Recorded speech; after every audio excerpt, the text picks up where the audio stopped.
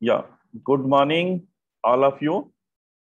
Warm welcome, all of you, in the third day of 3-day online program. 3-day online course on ecosystem restoration and disaster management. It is jointly organized by the National Institute of Disaster Management, NIDM, New Delhi, and the Society for Environment and Development, SED India, New Delhi, and Department of Environmental Science, Sri Venkateswar College, University of Delhi. So first day, we are having the inaugural session in which our chief guest is the Professor K.R.S. Samamurthy, Honorable Vice Chancellor, Mizoram University. And guest of honor is the Dr. Professor Anil Kumar Gupta, Head ECRDR Division, NIDM.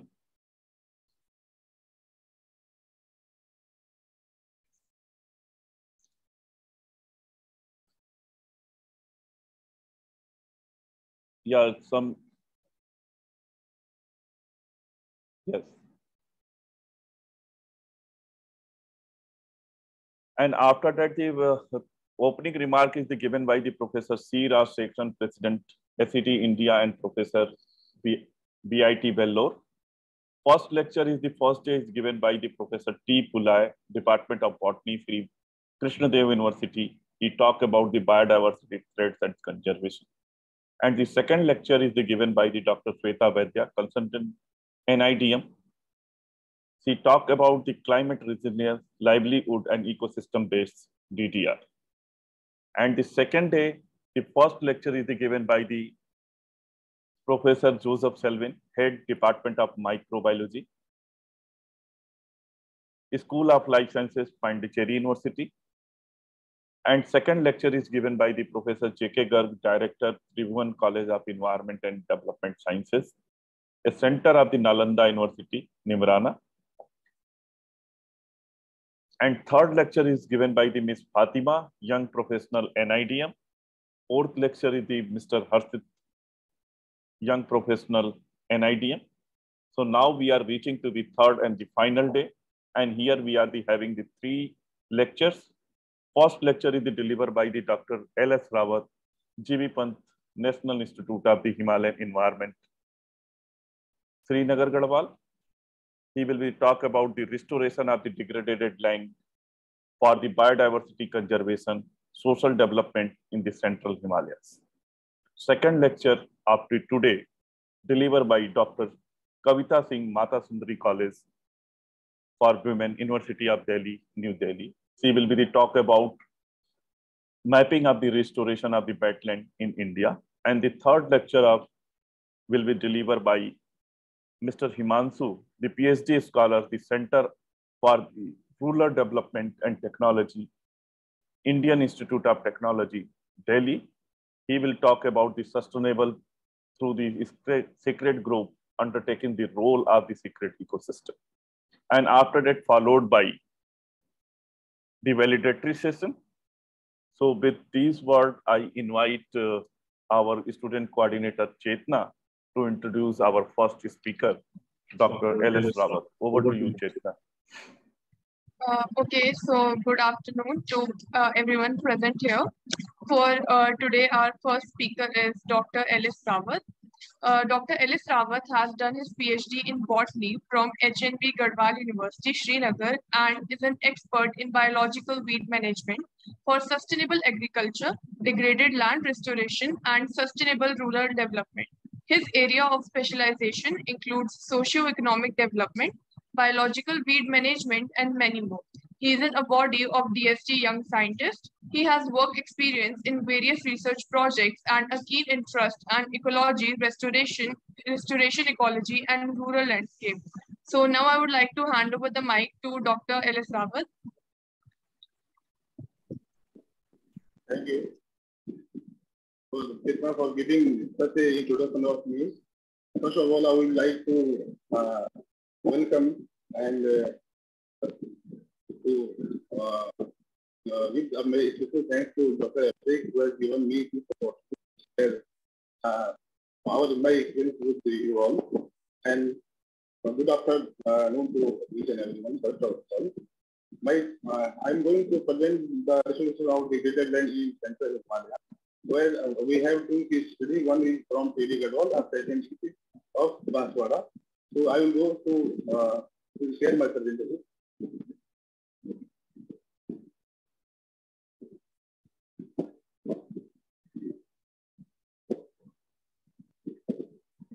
Is it visible? Yes, sir, it is visible. So as we all know,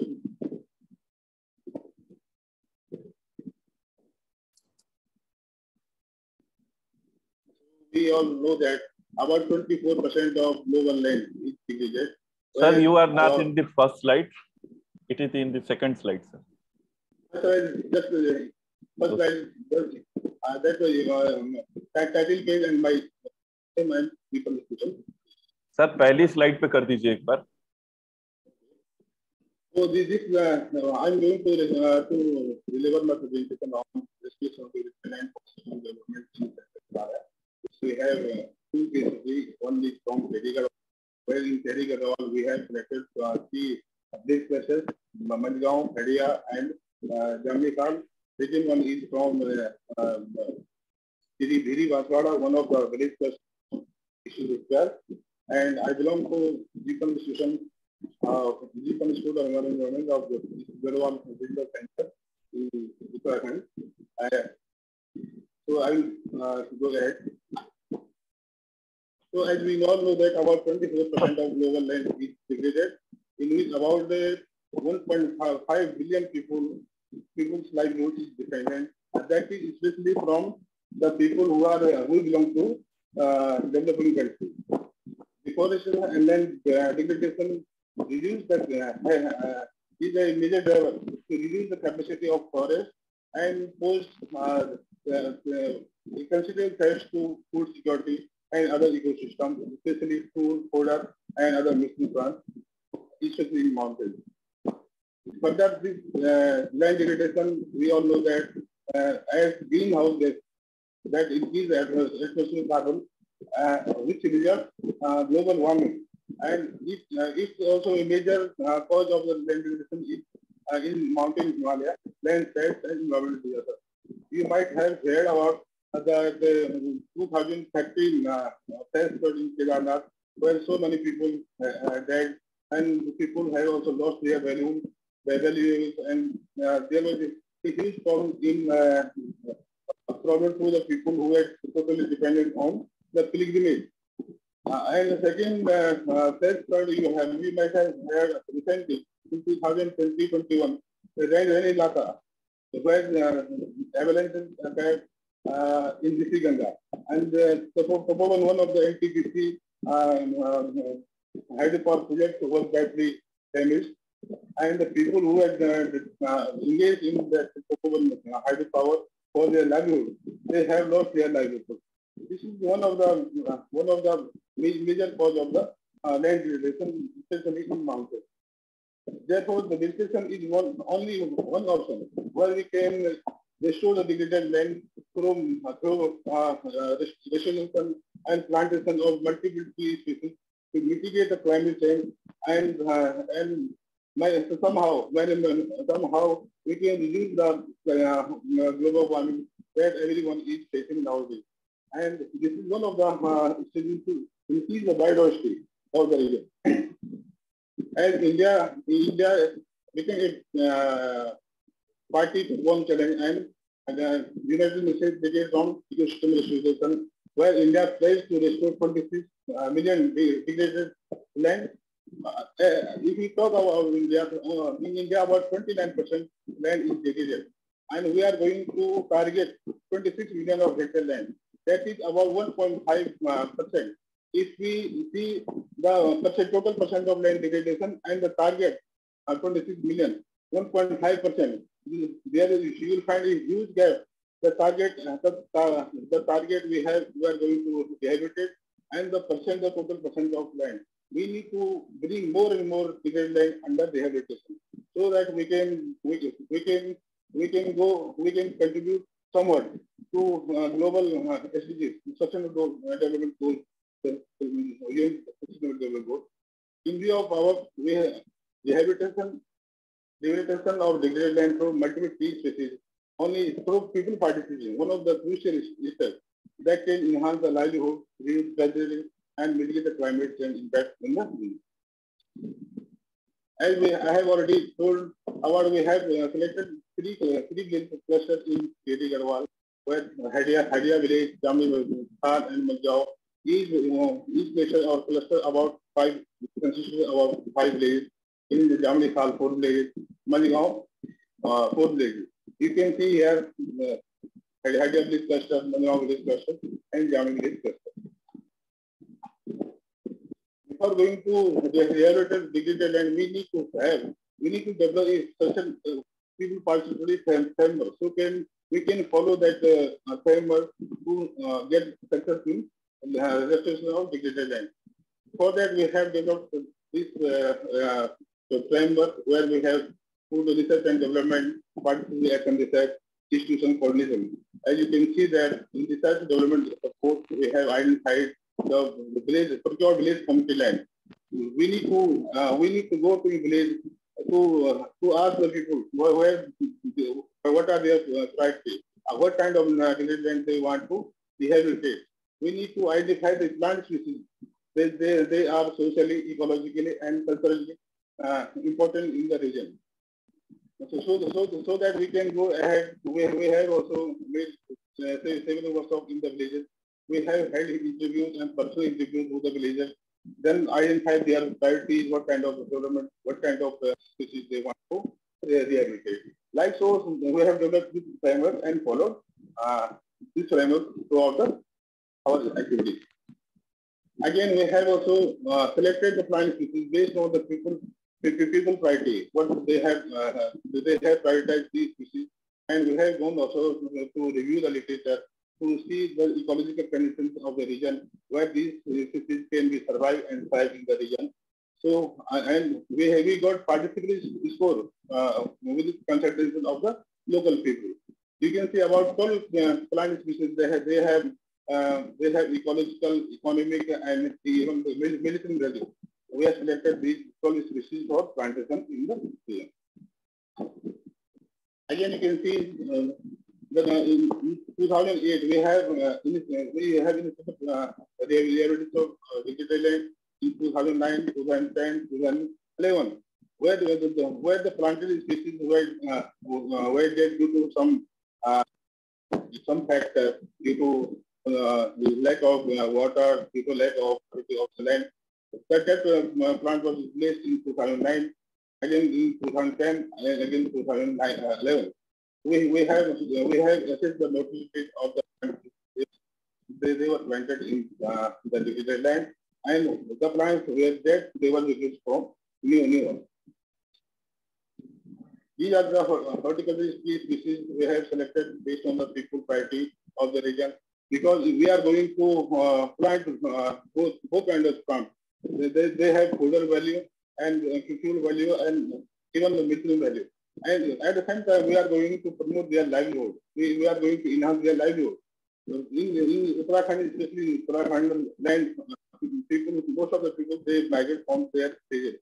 They have left their agricultural land due to lack of education, due to change in their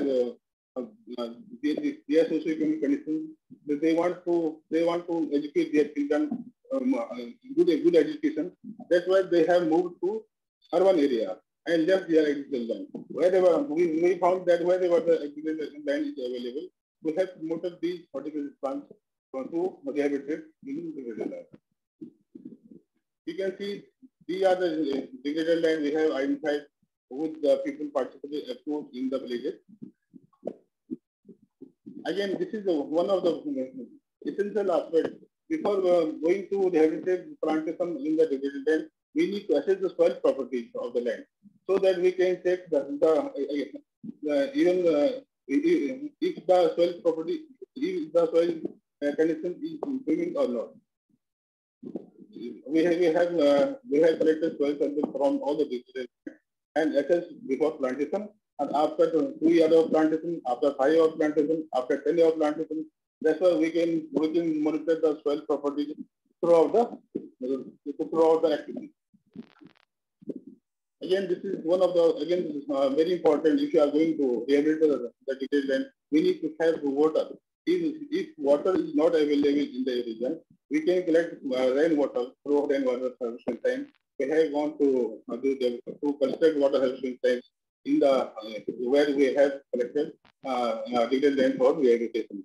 You can see this is Jamikala, Khal, Manjigaon, and Handia village also we have constructed all the time. So that in classically where the water is dark and rain is low, this water can be utilized for the plants they have planted in more degraded land. This is again one of the very important. If we are going to rehabilitate degraded land, we need to quality seedlings of the plants that we are going to plant it. So first of all, we have recorded all the plant seedlings from the nursery, from our own nursery, where our institution had developed, and the NGOs. There are so many NGOs, forest department are there. We have approached to these departments to have the quality seedlings for plantation. This digging again one of the very good, very important aspect of rehabilitation part. We need to first we have to dig 45 into 45 centimeters of pitch. 1 feet is the distance from 2 feet should be 3 meters. So that if the plants get its maturity, it will have space to develop its canopy. Again, manuring is very important before plantation. We have to manure the seeds properly. Trenching also one of the very important. If you can see in mountain, the land is so big. So if rain water comes, it drains totally on the surface of the ground. So very less quantity of is infiltrated in the soil. So if we want to get we want to maintain the moisture content to the planted seedling, we need to construct the fence over the slopy land. Fencing is also one of the very important aspects. If we are going to rehabilitate degraded land, there will be very delicate seedlings. We are going to only one and half year of seedlings we used to plant in the land for protection of these seedlings from wild animals and even the domestic animals. We have gone fencing to all the degraded land. Weeding and bush cutting is also very important. We need to weed out from the where we are going to plant the seedlings. Again, survival. After plantation, after 1 year of plantation, we have gone for survival rate of the planted in different breed places and found that maximum Quercus glauca, you can see maximum the survival rate was we found for Quercus glauca, followed by Spandus pinnata, species, and grey orchidifolia. These species are thriving very well in the sector. This cluster where we have planted this land, because to assess the survival rate is very important. If we are going to plant the seedling, how many seedlings are alive, how many seedlings are dead, so where the dead seedlings we see in the field, we go for this, replace these dead seedlings with new one. So it's a process of monitoring of the products of the rehabilitation. Yeah, we have also gone for survey rate of the vertical seedling planted in different place clusters. We found that Venus domesticalia is having very well in the cluster. Again, we have gone to monitor height of the tree seedlings. The tree seedling planted in the land after 2 years of plantation, after 5 years of plantation, after 10 years of plantation, so that we can see the products of the height of the species, how much foliage, how much growth that planted seedling occur. We have also gone for to assess the circumference of the tree species planted in different degraded land, because this is one of the very good aspects to be covered. If you are going to make the plantation successful in the land. So that we have also same process for the same process. 2 years of plantation, after 5 years of plantation, and after 10 years of plantation, we have assessed the circumstances of all the plant trees species they were planted in different leaf clusters, so that we can see the increment rate of the plant tree species. How many growth, how many increment got in after 5 years, how many increment got after 10 years, so that we can compare 2 years of plantation, 5 years of plantation, and 10 years of how much progress is occurring in the tree seedling. Carbon fixation, the total carbon assimilated by the tree species planted by planted in the degraded land, very essential part also to of degraded land program. Whatever plant we have planted over there, after 10 years of plantation, we have assessed the carbon fixed by the tree species and found that maximum carbon was Quercus glauca, which is one of the tree species who stores carbon in maximum quantity of carbon. So we have promoted Quercus. Again, we have also assessed the fruit yield of the horticultural tree species they were planted over there. Because this is one of this is also one very essential part to be assessed.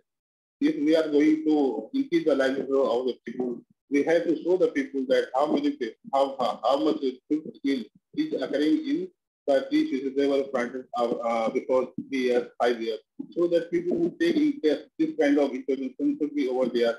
This kind of intervention is very good to enhance their livelihood. Once we get confidence of the people, then this kind of intervention may be possible. Without people participation, without the involvement of people, it is very tough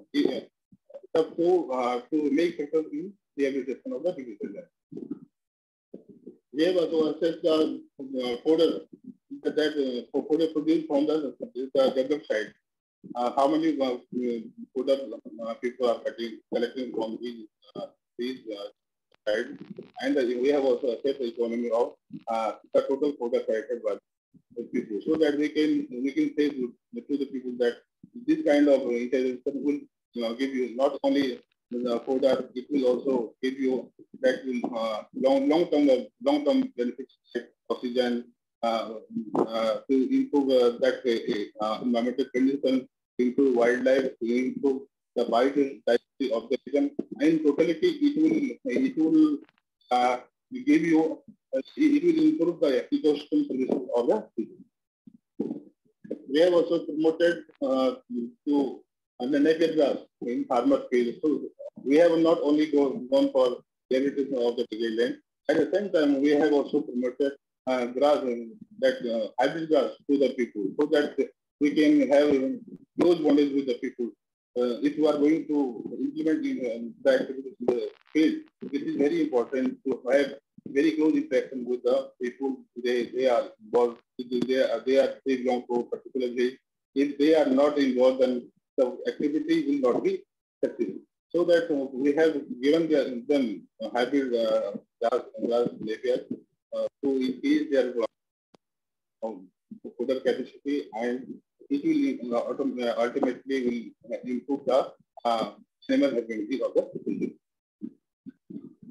Second case study is, I have already told you about one of the place in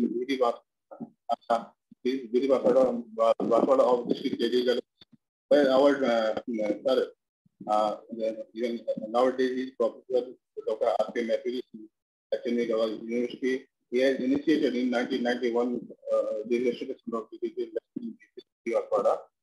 You can see the land where none of the tree vegetation is here. Again, they have also the same methodology. They have involved the people. They went to the villages to ask the people what kind of intervention you want to do here, what kind of tree species you want to plant plants in the land. And they have also followed the similar kind of approach that I have already discussed. And nowadays you can see the after 30 years, the degraded land nowadays is developed into a forest. You can see this is the forest developed into that degraded land. So they have also planted about 23 species. They having economical, social, and cultural importance of the people of the region. And they have also gone another one intervention to plant haldi. You can see here under the studio of to get the cash flow, only not to get only one benefit of the fuel and quota, but if you want to get twin benefit, you have to integrate the other things with the agricultural side. You can see one of the that Banswara, you can see this one the planting activity was not there. After 30 years, you can see the developed forest with a another one side you can see here. In 2006, this land was like so totally barren. None of the vegetation was there. Tea resource was there. We have approached to the villages to develop one of the rural training centers in that district. In fact, we have approached village Pradhan. We want to develop the artistic center over there. Then you can see the developed artistic center at that land where we have developed about 25 rural technology in there. We used to give the training and provide information to the farmers about the different rural technology like vermicomposting, biocomposting, vegetable cultivation, and even mason farm cultivation in this center. And you can see in Uttarakhand, here you will find so many mobile devices having edible value. So we used to add the value in that food species and make different kinds of valuable products like juice and jelly and promote villagers to adopt this kind of venture to improve their livelihood in the village. So again, you can see we have this is the result of the Banswara history where they have also followed the similar kind of methodology. They have assessed the Eastern circumstances after 2 years, 5 years, 10 years, and 20 years.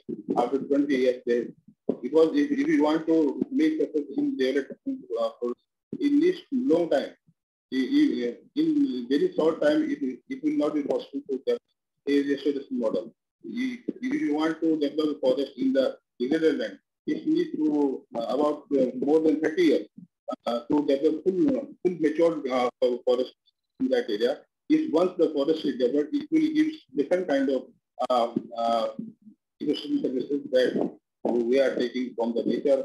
It will also reduce the pressure from the nature. If the development tries to contribute in further, so the people will not be dependent directly on the forest to collect the. So this kind of intervention will reduce pressure from the forest. Even in mountain area, energy the source is fuel. Most of the people in mountain area they belong to place they collect fuel from the forest. So fuel collection of forest is one of the major drivers to forest degradation. If this kind of intervention, restoration of degraded land through bioenergy plantation will occur in the mountain area, it will definitely reduce the pressure from the forest and will also sequester excessive carbon in green foliage. We can say green carbon. We can improve the green carbon capacity of the through rehabilitation of the land in their biomass. So again, they have also above ground biomass. They have calculated above ground total above ground biomass of the planted trees after 5 years, after 10, 15 years, and after 20 years. So that the total biomass, how many biomass occurred by the biomass stored by the tree species, and they have calculated the carbon we generally assume that if the biomass is 10 kg, then it's half, 50% will be. So after calculating total biomass, we can calculate the total carbon, total carbon stored by the species by the table 3 model.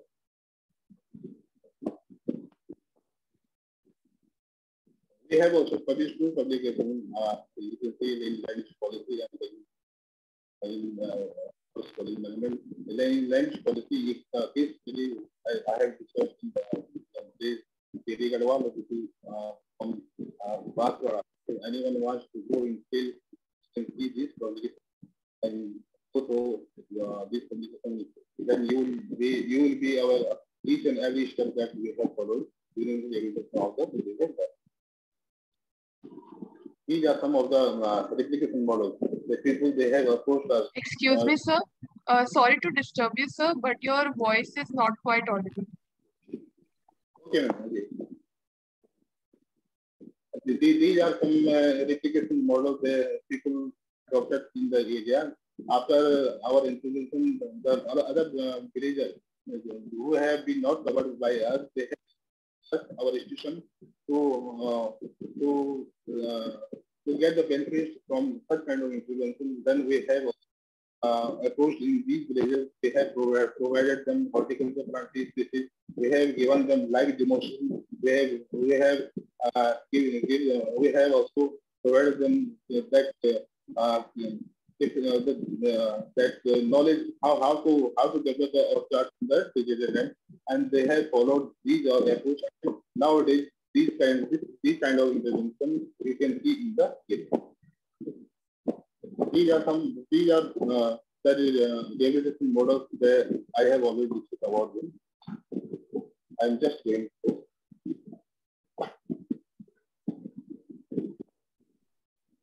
Excuse me, sir. Yes. Sir, actually, I believe your internet connection is not that stable. Yes, ma'am. Could you mind rechecking it? Yes, ma'am. You can. In mountain, ma'am, we had only BSNL. If you go in government department, they promote only BSNL. You can assess that the capacity of the BSNL internet quality. We are facing this kind of, not only today, since 5 years, we are facing this kind of problem. If webinar, online seminar is there, then the people used to say us that your voice quality is not coming very properly. This is the internet problem. No problem, sir. No problem, sir. We'll manage somehow. Thank you. If any question, then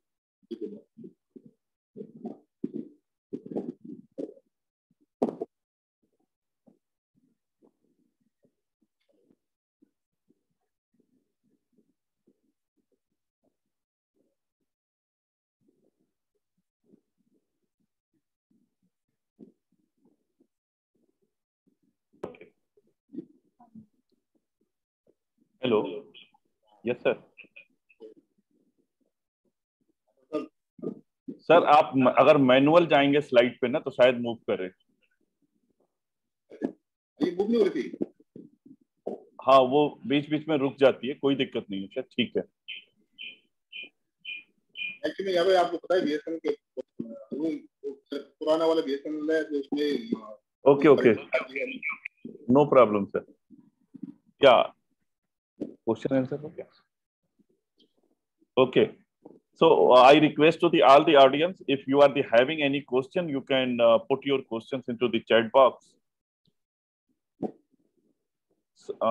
Lakshman sir is having so much knowledge of from the grassroots to the rural development park or everything to the lower Himalaya to the upper Himalayas. We also work together in the Nanda Devi Biosphere several times. And I am thankful to you, sir.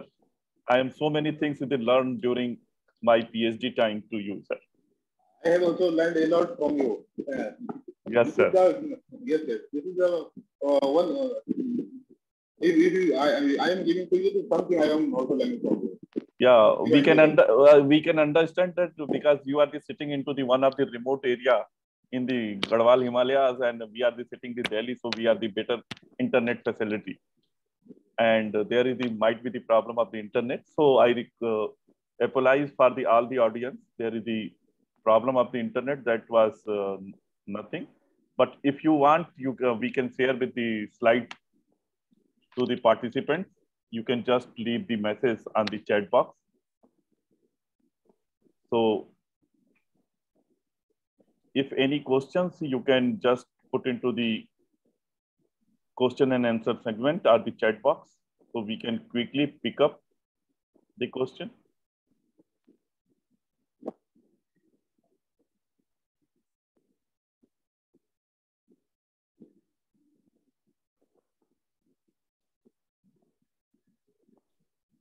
Okay, no problem. You can give me your questions, and we will share the email ID of the sir.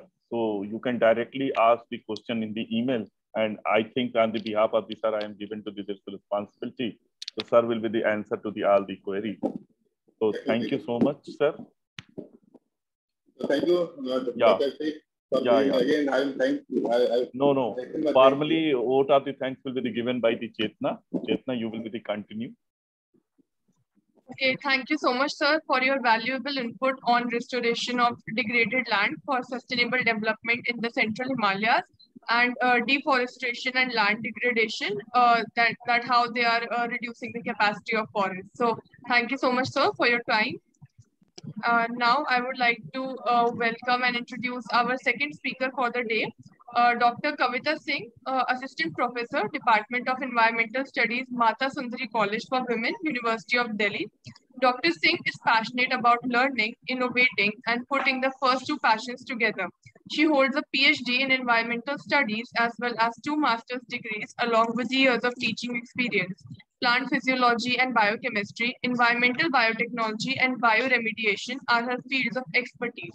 She teaches all undergraduate students ecosystem, biodiversity, pollution, waste management, environmental impact assessment, and natural resources. In 2012, she was named the UGC NET Topper in Environmental Studies. She is also the recipient of the Young Researcher Award. She has 12 international and national awards. So, ma'am, now I would like to hand over the mic to you.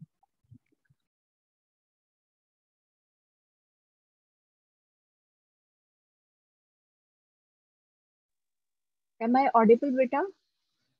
Am I audible? Yes, ma'am. Yes, ma'am, you're audible. Thank you, beta. Thank you.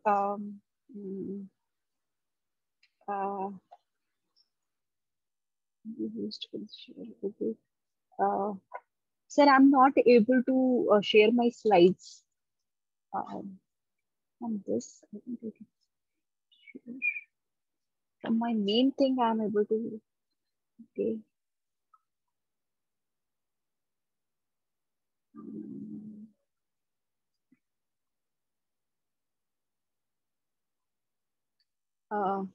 Sir आपको शायद को host बनाना पड़ेगा दूसरी तरफ से ना, तभी मैं शेयर कर पाऊंगी अपनी। हाँ जी।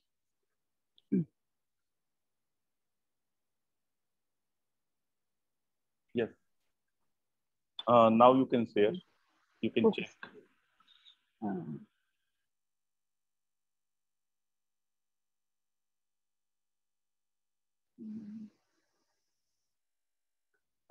Is it visible, sir? Yeah, visible. First of all, I hope my camera is also on. Yeah, camera is working, and I think that you can rotate your device. So the screen will be bigger. Yes. Yeah. Is it fine, sir? Yeah. Now it will be perfect. Okay, I'll start with my PPT. Thank you, sir. First of all, sir is, I don't have words to thank. I have been under him for a while, and sir knows my areas of work. So mainly I'm working on bioremediation. That is the bigger idea as informed by Chetna. And I'm thankful for this workshop, capacity building on ecosystem restoration and disaster management, which is need of the hour.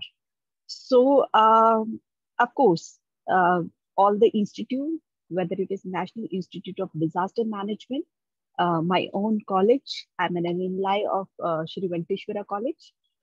So Professor Reddy, who is our principal. Thank you, ma'am. And of course, our Society of Environment and Development, who is working to meet the environmental crisis in different places. Rajshekharan sir, thank you for this opportunity. And the whole team of NIDM, National Institute of Disaster Management, for giving me this opportunity to share my views. Thank you so much. So first of all, I will just recap whatever we have listened in all these 3 days. In these 3 days, like if I have to categorize the first day, mainly Pulia sir and Shweta ma'am, they already highlighted us the importance of biodiversity along with climate resilient livelihood. And most over, we were focusing on ecosystem DRR, that is disaster risk reduction, which is the main focus of our conference. And we will be looking forward some methods, some ways, or some ground level work so that we can mitigate these disaster reduction risk in our boundaries as well as globally also.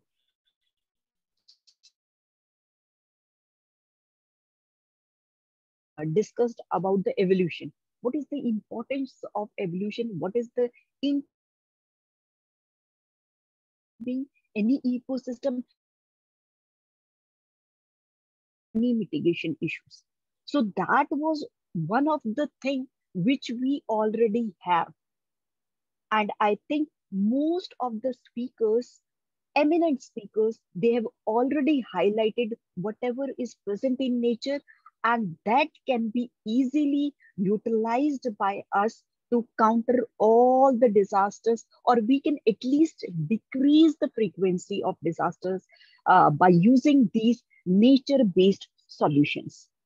So today, now as Rawat sir was focusing on Himalayas, sir has already told how restoration process and what are the major issues which we are facing over this thing. So I'm not able to move my slides. Yeah, it is like a half. Sir, I'll have to rotate this, otherwise it is like half. This is not completely filling. I'll increase the size, okay? That would do, Abhishek sir? Yeah, no problem. Go ahead. Okay, thank you. So first of all, as we all know, that vulnerability in our country is covering around 12% of the land. And mainly I'm targeting the floods. This may be due to heavy rainfall or coastal or something. Second one is our vast coastline, where we have cyclones and tsunamis as a frequent event. So to target this thing, do we have any nature-based system so that we can mitigate this thing? Yes, we have. But what is the issue with this? So I will be focusing only on wetland-related nature-based solution for this disaster. A brief introduction with wetland ecosystem. First of all, what is an ecosystem? If I fragment this thing, what is an ecosystem? The interaction between the biotic and the abiotic. Now, if I have added this word wetland in front of this thing, it means I'm talking about some specific kind of aquatic ecosystem. And which kind of aquatic ecosystem? Brackish. And what is brackish kind of ecosystem? Mainly, it has a salt concentration between 5 to 35 ppt. Salt concentration is available in that. So while defining this wetland ecosystem, first of all, it is like covered with water saturatedly. It can be covered or it can be partially saturated also.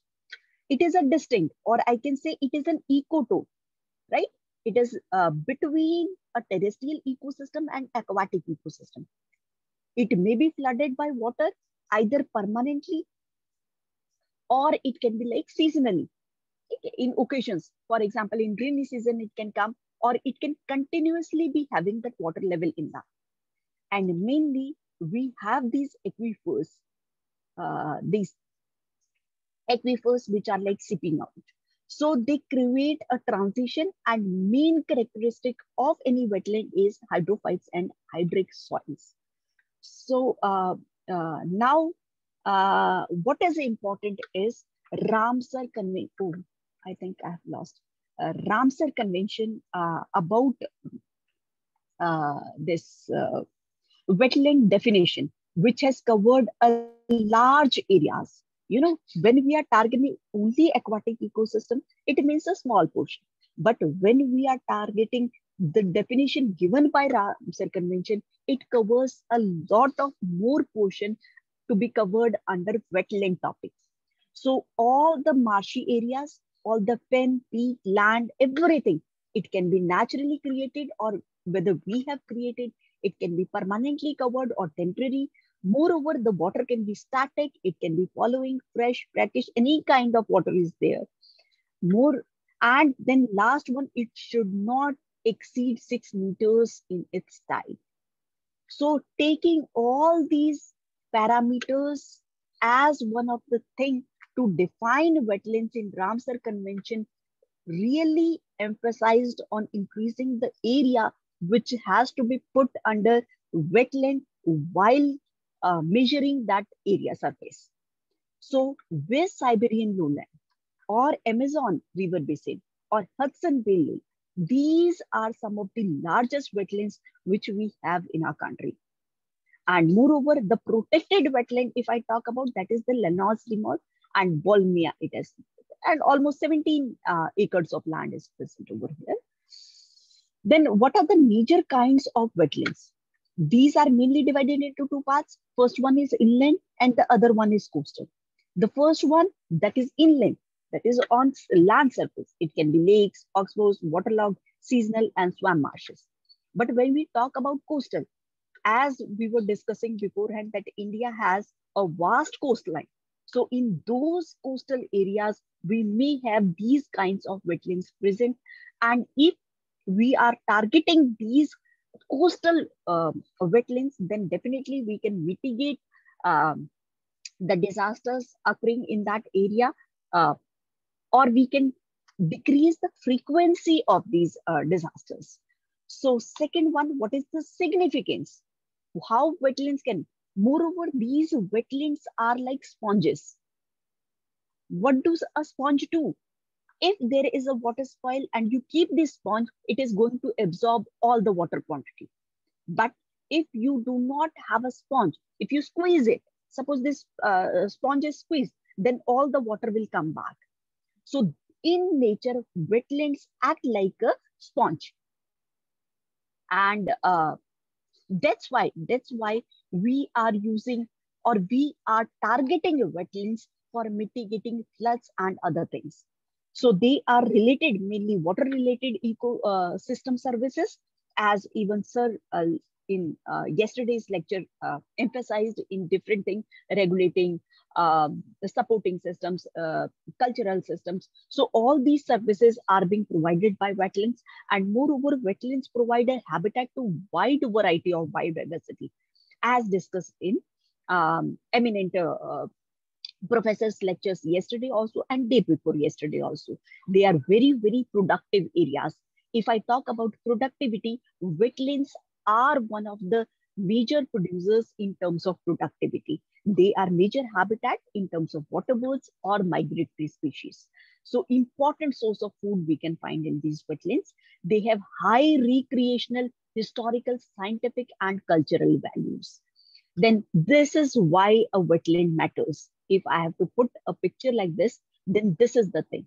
Wetland biodiversity measures. First one is for like carbon dioxide capturing. Even Shweta ma'am, or if I talk about Fatima and Harshit, last day's lecture, they also talked about how climate change is acting a very vital role. So these wetlands, they are directly or indirectly trying to capture the excess amount of carbon dioxide.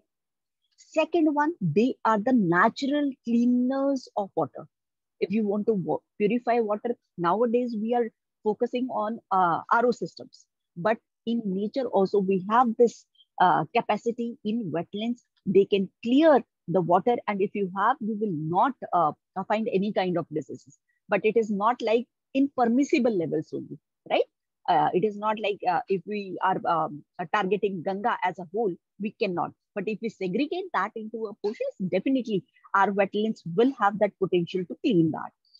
And if we talk about economies, then obviously jobs and economies are another parameters in which wetland diversity can play a very, very vital role. So if these wetlands are restored, then we can target all these hurdles in the development of developing nations, as well as they can mitigate in developed nations too. Then now if I focus on India, 4% of our geographical land is under wetlands, only 4%, right? And globally. So it is also like around 5, and this has been monitored by National Wetland Inventory Assessment Area. So this accounts for almost 43.4% of natural inbuilt, and coastal one are 24.3%. So both the things we can say that inland also, if we have any floods related to river overflow or heavy rainfall, this accounts for around 43%. But if we talk about only coastal, this is around only 24%. And state-wise, if we talk about distribution of wetlands, then Gujarat is at top and West Bengal, like if we sequentially, they have large amount of wetlands in them.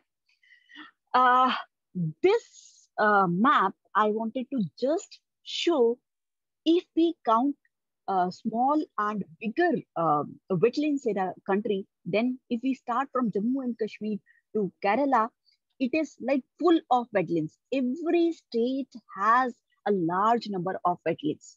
They may be degraded, they may be restored, or they may be in process of restoring. Some we may have damaged to extremities, which we cannot recover. But yes, we can easily see the large number of things. Now this map, like we have already categorized 49 wetlands as Ramsar sites. And out of them, 2, they are placed under Montreux's record. One is Loktak Lake and another one is Leod. Where it is? Yes, here it is. This one. So these 2, which are facing the highest threat, they are placed in Montreux's record, and other they have been specified by our own government under this Ramsar sites. And why we are targeting Ramsar sites in India? Because if we categorize any aquatic ecosystem, particularly wetlands, in Ramsar sites, then it means all the aquatic ecosystems, these are culturally very, very important, or they must be providing a habitat to most of the things. So it is very, very important for us to analyze, to have a demarcation about aquatic ecosystems which can be placed in Ramsar sites. We need that GIS study. We need all the monitoring systems which work across India, and because after searching only we can go for a restoration process or conservation or management process. If we know the site, we know the issues, then only we can find the solutions to this thing. So wetlands are degrading at a very, very rapid pace. 35% of the globally, I'm talking about 35% we have already lost. We have already lost 35%, and that too between 970 to 2050. So losses have been driven by mega trends. Which were the mega trends? That is climate change, population increase, urbanization, and mainly the coastal zones and river deltas. Because there we have different consumption patterns which have rapidly increased the degradation of wetlands. Moreover, what we are doing, we are creating a lot of pollution, different kind of pollution. It can be toxic chemicals, it can be toxic heavy metals, it can be anything. And now, as I think Shweta ma'am discussed about microplastic, definitely we are having that kind of thing, which is like targeting pollution in aquatic bodies. So we should have to move towards eco DRR. which Anil sir has coined this term. This needs to be followed on ground level to target this thing. Moreover, we are unsustainably using our wetland ecosystems. Then invasive species, which are another big threat to our wetlands. Then we have to continuously work on sedimentation deposition, as we have seen in Chilika Lake, right? The first restored site in our country, where we focused on desiltation of that aquatic ecosystem, that has been like covered up over here. Now I'll discuss about the present. So what is the present status of wetland degradation? So wetlands internationally, like if I talk about South Asia, nearly 30% of natural wetlands in India has been lost in past 30 years. 30% in 30 years. So you can just imagine India being one of the most vulnerable country to tsunamis and coastal floods. So if we do not have those sponges, we do not have those aquatic systems which can capture or which can, control the larger amount of water, then we won't be able to mitigate such kind of disasters in country. So illegal construction, unsuitable, this we have already discussed. Now here is the list, like Mumbai tops in degrading ecosystems, or wetlands are totally lost. That's why in Mumbai, if we have rainfall for like 2 to 3 hours, then definitely it is going to hamper the transportation system over there, their commercial sector, their industrial sector, all the sectors will be hindered because of heavy rainfall. But if out of these 71% wetlands, which were present in Mumbai, they could have been restored, most probably there will be less amount of disturbance in transportation and other sectors which have been damaged because of heavy rainfall in this area. Now, in other cities also like Ahmedabad, Bengaluru, which are mega cities, and they are also facing the same issue because of degradation of these wetlands. Delhi and NCR is also in pipeline, and we have already lost 38% of this thing. And reasons, as we have already done, the things are there. So I will move on to impacts. What are the impacts? Definitely the frequency of disasters will be increasing if we are targeting wetlands. So degradation of wetlands, this diminishes the landscapes. So their capability to absorb and moderate floods, definitely it won't be there. And if this is not available, the amount of disasters will increase. And famous example is floods in Kashmir Valley in 2014 and Chennai floods in 2015. And students and my friends who are listening to this workshop, let me make it very clearly. The floods in Kashmir Valley, the frequency of floods over the same area was within 3 months, right? In the same place, if you are getting those disasters within 3 months, it means it is targeting the natural disaster, right? Even in Chennai, which is a coastal area, it should not be a problem to evacuate water from this thing. Being a coastal area, if Chennai is facing floods, then how can we imagine Delhi-like cities to not have this problem of disasters? So that is important for us to understand the importance of wetlands in different ecosystems. So according to UNESCO, these threats have adversely affected 40% of the areas. And moreover, if we talk about flora and fauna that live and breed in wetlands, so these are the major impacts of degrading wetlands. Now the last segment, we have to manage these wetlands. What is management? We have to target the proper functioning of ecosystem by using human health, human interference, or by any other thing. So manipulation of an ecosystem to ensure maintenance of functions and characteristics. It's very important. There are 5 functions of an ecosystem. Any ecosystem, if we talk about, it is like food chain, food web, and trophic level, energy flow, nutrient cycling, primary and secondary production, and then ecosystem stabilization. So these 5 functions and ecosystem are targeted while we are managing wetlands.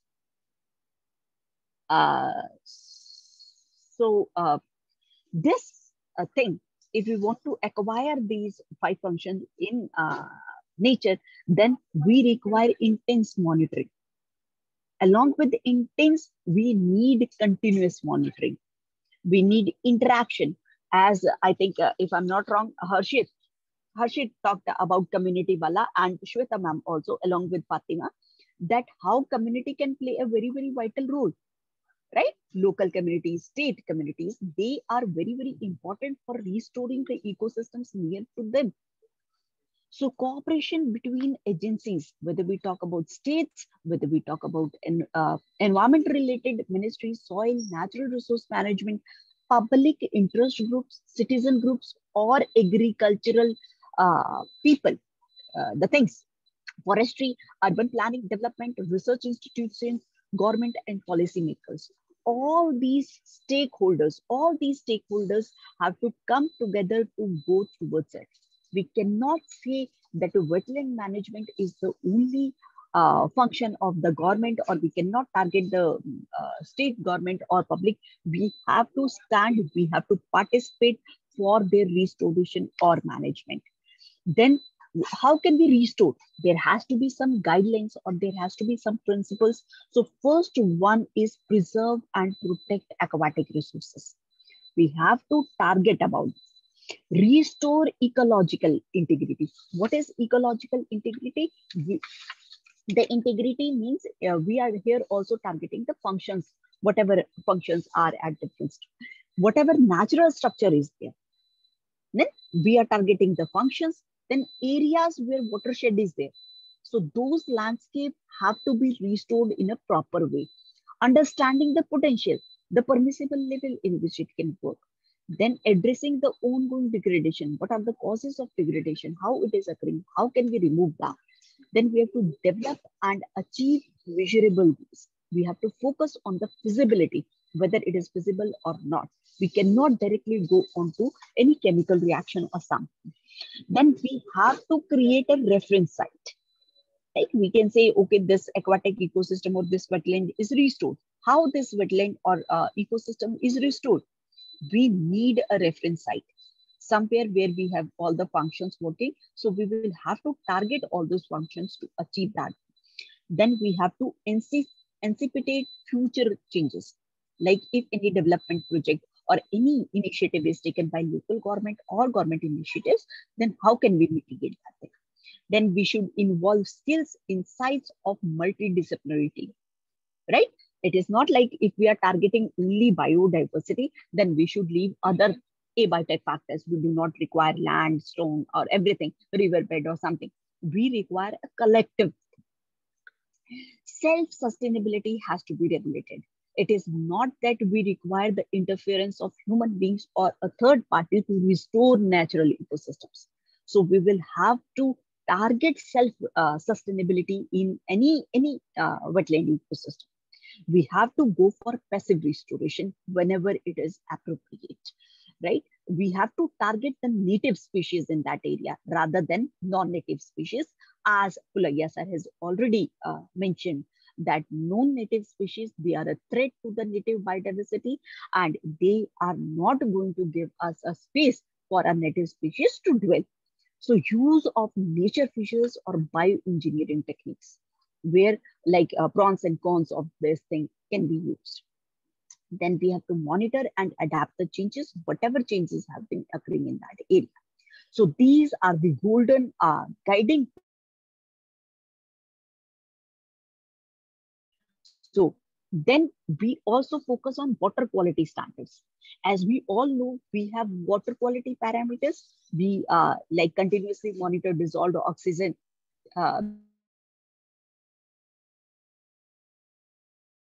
heavy metals, we go for detergents, then we go for microbial world.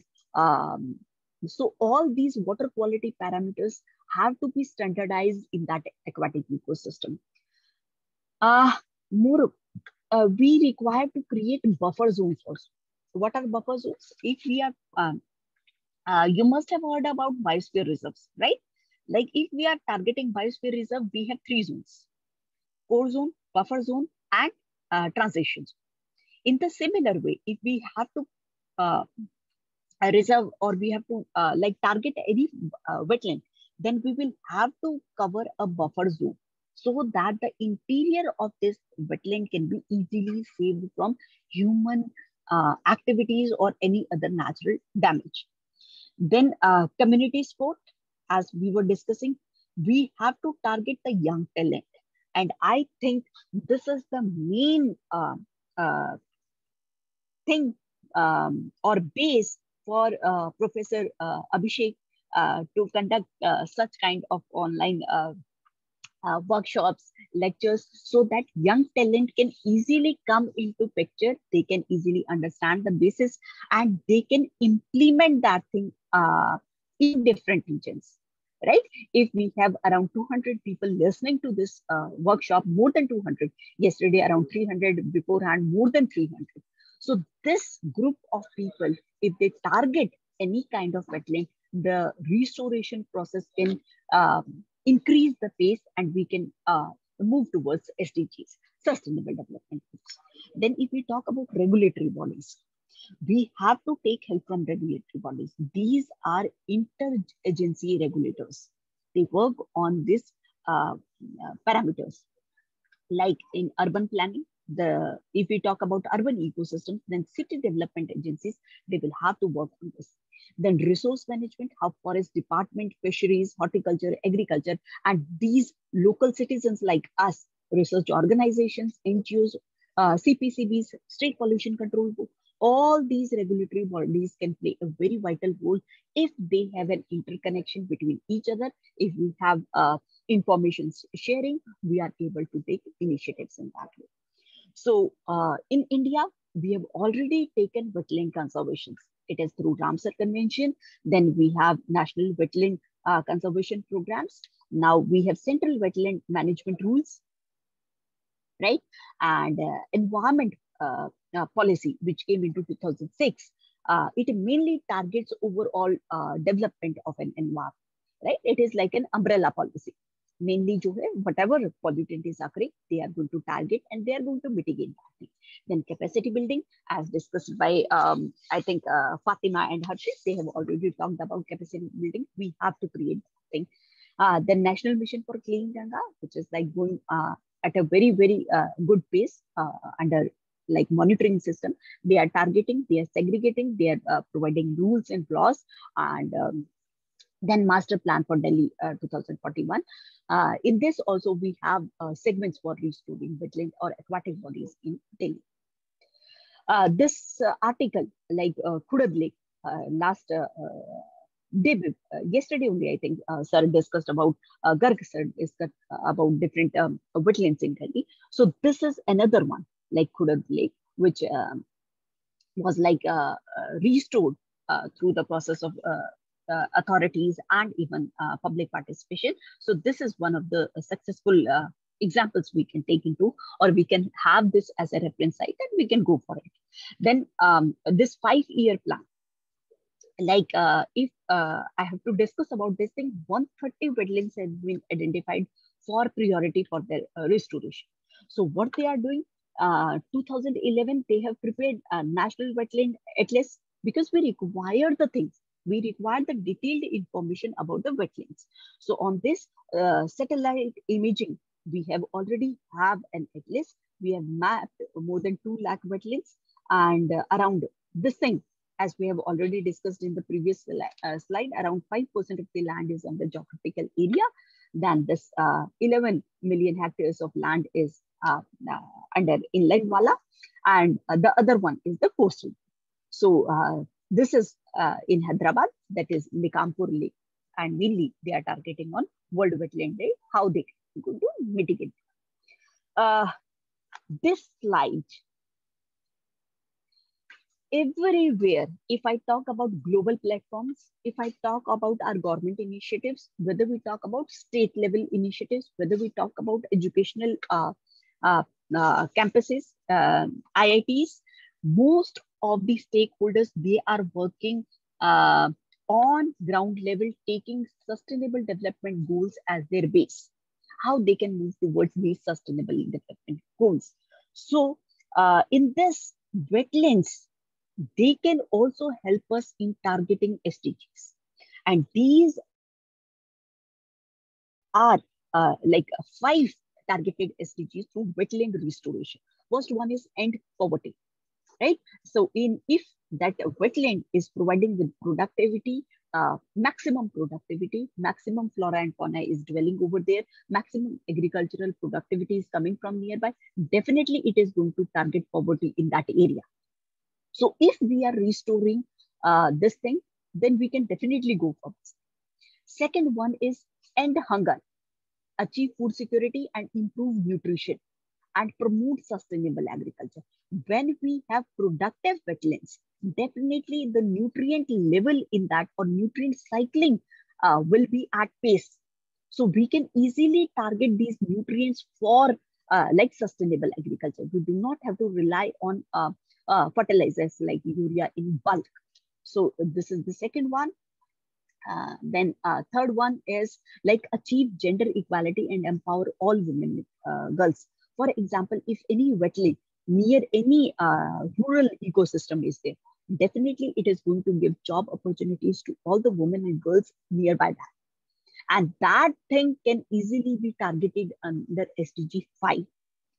The next one is for urban ecosystems. Like this is going to target cities and human settlements in a very, very resilient way, right? When we have wetlands, then definitely nearby people, water can be like purified and other ecological services will be provided by these wetlands. And last one is taken urgent action to combat climate change. So how can we mitigate climate change by conserving these SDGs? So this is very, very important how we are going to target SDGs through wetland restoration. Then next one is how can we move towards this thing? First one is like integration of wetlands in the policies. We need, we have already included this, but yes, in future also, whatever policies are coming, then we have to integrate the wetlands in this. As discussed by, I think, Harshit, blue carbon. I think Shweta ma'am also discussed about blue carbon, how they are like this thing. So, so integrating into cost-effective and no-regret options. Yes, we do. We have to target. Then greenhouse emissions from wetlands, we have to work on efficient management strategies. So these greenhouse emissions have to be restricted and we are not like targeting the wetlands. So effective management, we have already done. We require effective collaborations and we need to spread awareness like such conferences so that ground level can be becoming more aware about ecosystem restoration and disaster management. Now, I'll conclude my slides with mega urban schemes. Like if we have smart cities mission or Atal mission for regeneration and urban transformation. So all these things we require for sustainable management of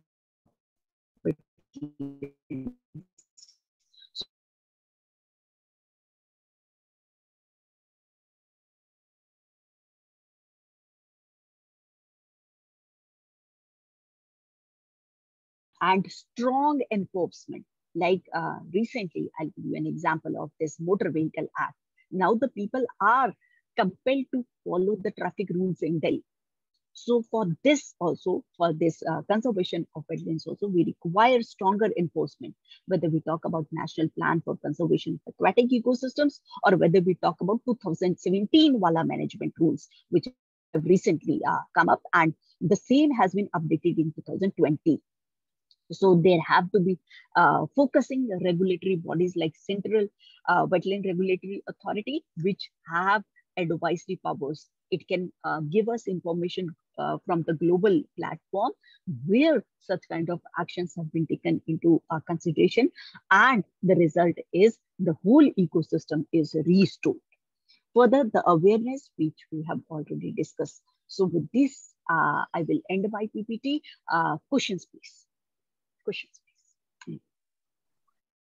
Thank you so much, ma'am, for this really informative session and letting us know about conservation, mapping, and distribution of wetland ecosystems, the major kind of wetlands, including inland and coastal wetlands, and the significance of wetlands and wetland degradation.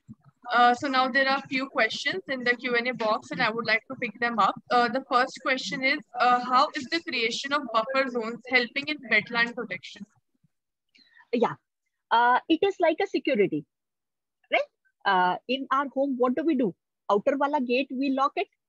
Then we have our buffer zone, the area. Then we go into the bedroom. Even in the educational institute, our classroom is somewhere else and outer gate is something else. So when we are targeting any wetland and we are covering some area around that, for example, 2 kilometers, we have ecological sensitive zones, right? We are targeting those storations.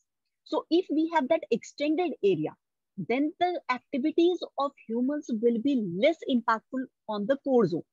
So that's why we require those buffer zones. Buffer zone is mainly the absorber of, shocks.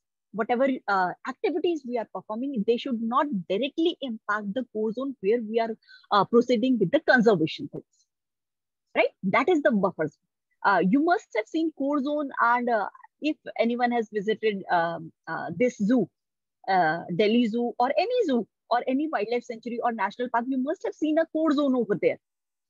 And if the area which we move into any wildlife sanctuary, national park, that is the buffer zone where we are talking about. So we are not going to the targeted endangered species.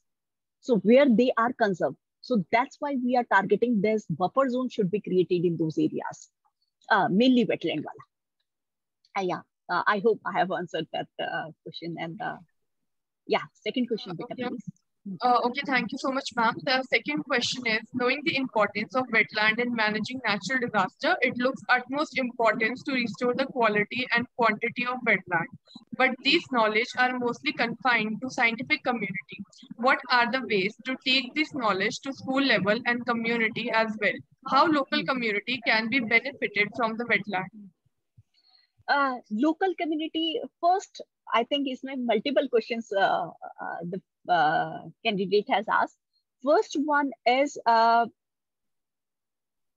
at ground level, if we talk about school, right? In education system, we already have EVS till 5th standard, 5th or 6th in the old pattern. I'm not talking about new education policy because I also don't know the details of that thing. But in previously, we were having till 5th standard, we have EVS wala. After that, it is bifurcated into social sciences and sciences. But this restoration, vulnerability, or disaster management, I think Professor Abhishek sir would be happy to know that I think they wanted to start this disaster management wala course for 6 months. Right? I don't know, till now we are not in a position to implement that. So this disaster management wala will definitely come like EVS in frequent segments. I'm hopeful and government is trying to implement that thing. Second question, the child wanted to know whatever we are doing, we can mitigate that thing through wetland. Local people will definitely get that. If maximum migratory birds are coming, then maximum productivity is there. Then definitely their economic development is going to move. If there is a circular nutrient cycling in that area, right? If maximum nutrient cycling is there, then the soil health card will be restored. It will be beneficial for the agriculture productivities or communities to conduct a maximum productivity from there. If there is a continuous cycling restoration process in that area. So it is very, very beneficial for the tribal population also. Like if any wetland, like if I talk about Chilika Lake, due to just sedimentation, we were not able to get that much of productivity. Once that was removed, that was restored, the local communities are getting that benefit. And even that sedimented thing, when we are removing and we are spreading on the land, it is full of nutrients. So it is definitely going to help economic development of tribal population or the people nearby that. Any villager or anyone, not only tribal population, even in urban ecosystem, it is going to play a very vital role. Last question, beta, I think. Oh, not last, any other question? Okay, thank you, ma'am. So the third question is, in Kashmir, Hokersar wetland of international importance that is in very bad condition, and government is in deep slumber to protect it, and locals don't let any stone unturned in polluting it. Under these negligences, how can we protect or conserve it? Actually, yeah. And That combine the next question also. Acha. Yeah. Okay, okay, sir. So after that, it is that if the said Hokersar is Ramsar site, why is it then neglected, and where lies the problem? See, first one, like if you talk about Jammu Kashmir, and I think if I'm not wrong, you are targeting Wular Lake, right? In Wular Lake, what is the scenario? It is like we are observing eutrophication in that process. Like it is covered with green alga. And because of that, it is like we are losing the aquatic ecosystem over there. You are correct. Most probably the local people as well as the tourists which go over there, they are also responsible for the condition of Wular Lake. So we need those. You are correct. We need stringent reactions from state, public participation, and government initiatives. I won't say we are not taking or government is not taking. They are taking initiatives, but it is at a slow pace. Hopefully, in coming time, we will be able to see the results. We will be able to see the results. Second one, like if you're talking about Assam or something, see, first of all, we have to, as a developing nation, we are targeting economic development, right? In addition to that, we are simultaneously working on restoration processes. As we all know, from 2021 to 2030, this is the decade of restoration. So in this era, if we are targeting restoration, but the pace is slow, we cannot see instant results. If we talk about nature, it requires time.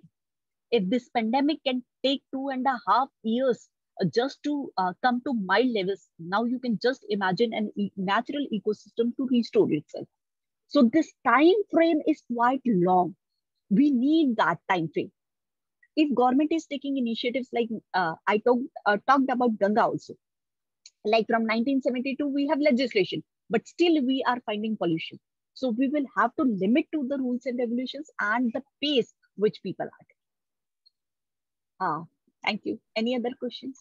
Thank you so much, ma'am. I think that's all for today. Now I would like to hand over the mic to Sachi.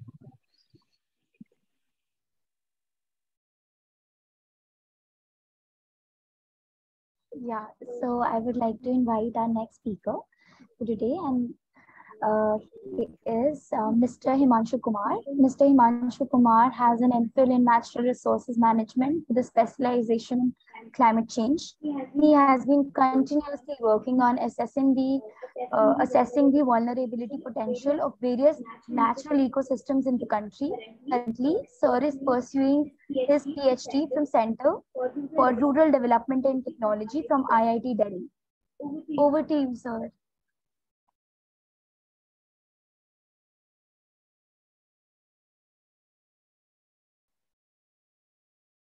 Good afternoon to everyone. I hope I'm audible, loud and clear.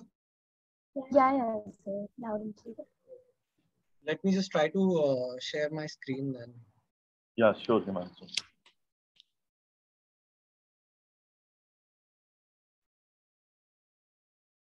Can you see my screen? Yes, sir, it is visible. My presentation is visible to all, right? Yeah. So yeah, very good afternoon to one and all. And I would firstly like to thank Abhishek sir for giving me this opportunity to contribute something to this amazing workshop. Being a part of it gives me immense pleasure, and it's an absolute delight to connect with these young minds and enlighten them on different things, connect and co-learn with my fellow professors and students. So this is my presentation. So this is something that I started working on during the initial days of my doctoral work. but my focus completely shifted to vulnerability of late. But yeah, this is something which is very interesting. This is something which I've read quite a lot, and I've tried to, build and correlate things and try to, just build around a story around this thing, around sacred groves, around forests, around communities, around religion. So this is all about, these could be the keywords for this presentation. And of late, there are things which ma'am also told in her previous slide about SDGs. We'll be talking about SDGs as well. And nowadays there's something called NBS, which is selling like hotcakes in the market. I very firmly believe that NBS is nothing but old wine in new bottle. So we are going to discuss about that as well. So yeah, beginning with my presentation. So I'll be talking about sustainability through sacred groves. So what exactly is sacred groves? Why is my slide not moving? Yeah. So yeah, my slide has moved. Can anyone confirm it for me if my slide? Yeah, sure. Yeah. So introducing you to the concept of sacred grove. So they are nothing but they could be defined as areas that are conserved by any community and have certain limitations attached to them, which are traditional and passed on from generations and make a significant contribution to conservation efforts and are culturally, spiritually important to the people who believe in this institution. So this is nothing but an institution. Okay. So if there are 200 people over here, we make a pact and we decide, okay, there is a patch of forest which is sacred to us. Maybe some sort of deity resides in that forest, or there is some sort of spirit which we worship resides in that forest. Or for that matter, we worship the trees, the species, and all sorts of things which are in that forest. And we make a pact that, okay, this is a sacred patch and we won't harm it. We will protect it no matter what. Right. So this is one, very basic sort of institution, and it has been practiced over years and years for centuries, especially if you see this thing in the Indian subcontinent. This thing has been prevalent all around the world. You see Europe, you see Greece, America, Australia, indigenous people, tribal people have always had this sort of belief systems, and they have kept it going. And that is precisely the reason we have been able to, I would say, protect various patches of forest which are still intact. If you go to we will talk about that. We'll talk about geographical location as well in the next slide. So coming back to this thing, they serve as a habitat to the endangered and vulnerable species of flora and fauna, and are accurate representation of climax vegetation rich in biodiversity that supports various ecological functions. We are going to talk about ecological functions later in our slides. So just giving you, a brief overview that this patch of forest is very pristine. It has not been cut for years or maybe centuries. So it has a climax sort of vegetation. It has a beautiful vegetation, all sorts of plants, animals, microbes and everything, which have been kept intact. So the ecosystem per se has been kept intact. It has not been harmed, and that's the reason it has been able to thrive, right? So different people have given different sort of definition. Different scholars will define things in their own certain ways.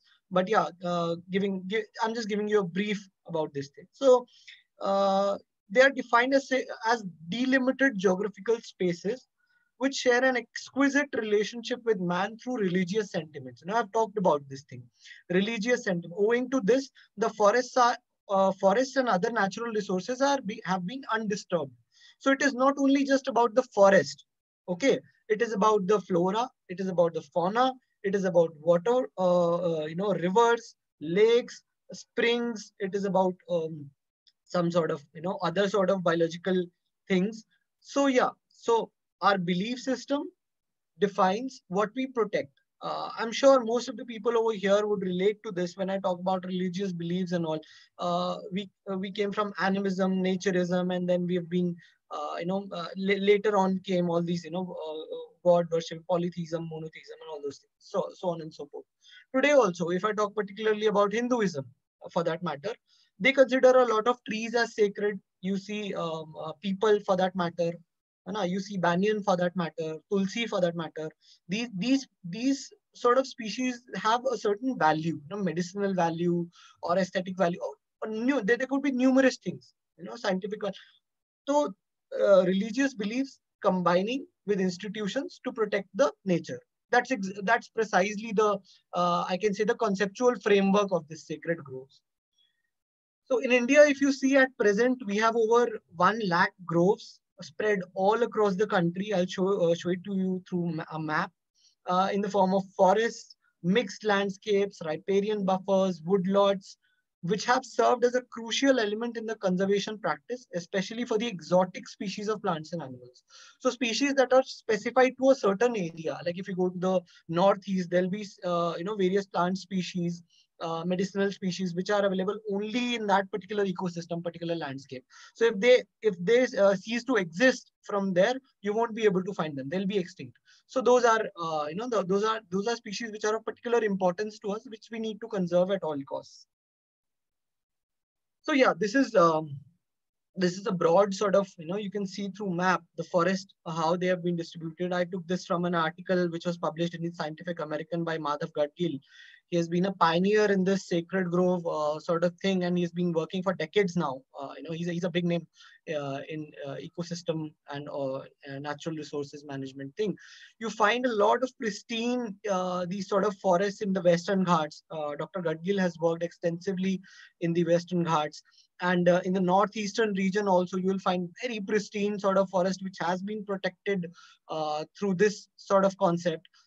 In the central Indian region also, for that matter, you will find a lot of sacred woods. So this is spread all across the country, and you will find it. There are different states have different names attached to those sort of things.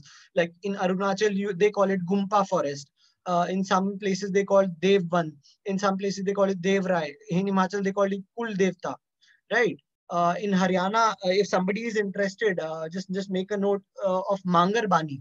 If somebody is really interested in understanding this concept, go to Mangar Bani. It's a small village. A person has been working continuously for the protection of a small patch of forest, which is very important, and especially when it collides with the urban ecosystem, these sort of patches become particularly important. So Mangar is something you can look forward to. So they are called in Maharashtra, they are called Devvan, Devrai, Devgudi. Like in Maharashtra, in Madhya Pradesh, they're called Devsthali, Buddhdev. In Kerala, they are called Kavu, Sarp Kavu. So different names in different regions spread over all across the country, but the concept remains the same, which is centric to conservation of forest. You can see the number of documented sacred groves as well, and there are like they could be small, they could be large, patches of forest depending upon how they have been kept for years now. So yeah, these are, coming to the services which are provided by SIGNO. Why is it important for a community to, mark sacred groves for that matter? This is something which I think you should question. Why is it why doesn't the community just cut the forest and make it an agriculture patch of land or make home over it or whatever? So there are numerous services that, we can point out, which we get from the forest. And particularly if I talk about sacred groves in specific, so the forest services could be these are the services, the basic you can say in general, provisioning like fuel, timber, forest stuff and other good, regulating services like climate, water, acting as carbon sinks to absorb atmospheric CO2, disease regulation, pollination. All these services are very important and very high, hold a very high significant value. Supporting in the form of soil formation, nutrient cycle. All these services are done through the forest. So understand this thing, that why forest is important. Why did communities over centuries have understood this thing? Ki forest is important for us. We don't have to destroy this patch of land. So this is the scientific value which we have realized. But imagine these people who had no scientific knowledge, who had who had not gone to some high schools or colleges. These people had this sort of if I say indigenous technical knowledge about their resources, how to conserve it, how to preserve it, how to keep them alive. And somehow, I'm very sorry to say that we are losing it, over the last couple of years, decades. Supporting services, if I say, soil formation, nutrient cycling, cultural values, educational, aesthetic, cultural heritage values, recreation, tourism. People go to forest areas for, to relax their minds, to, get away from the busy city life.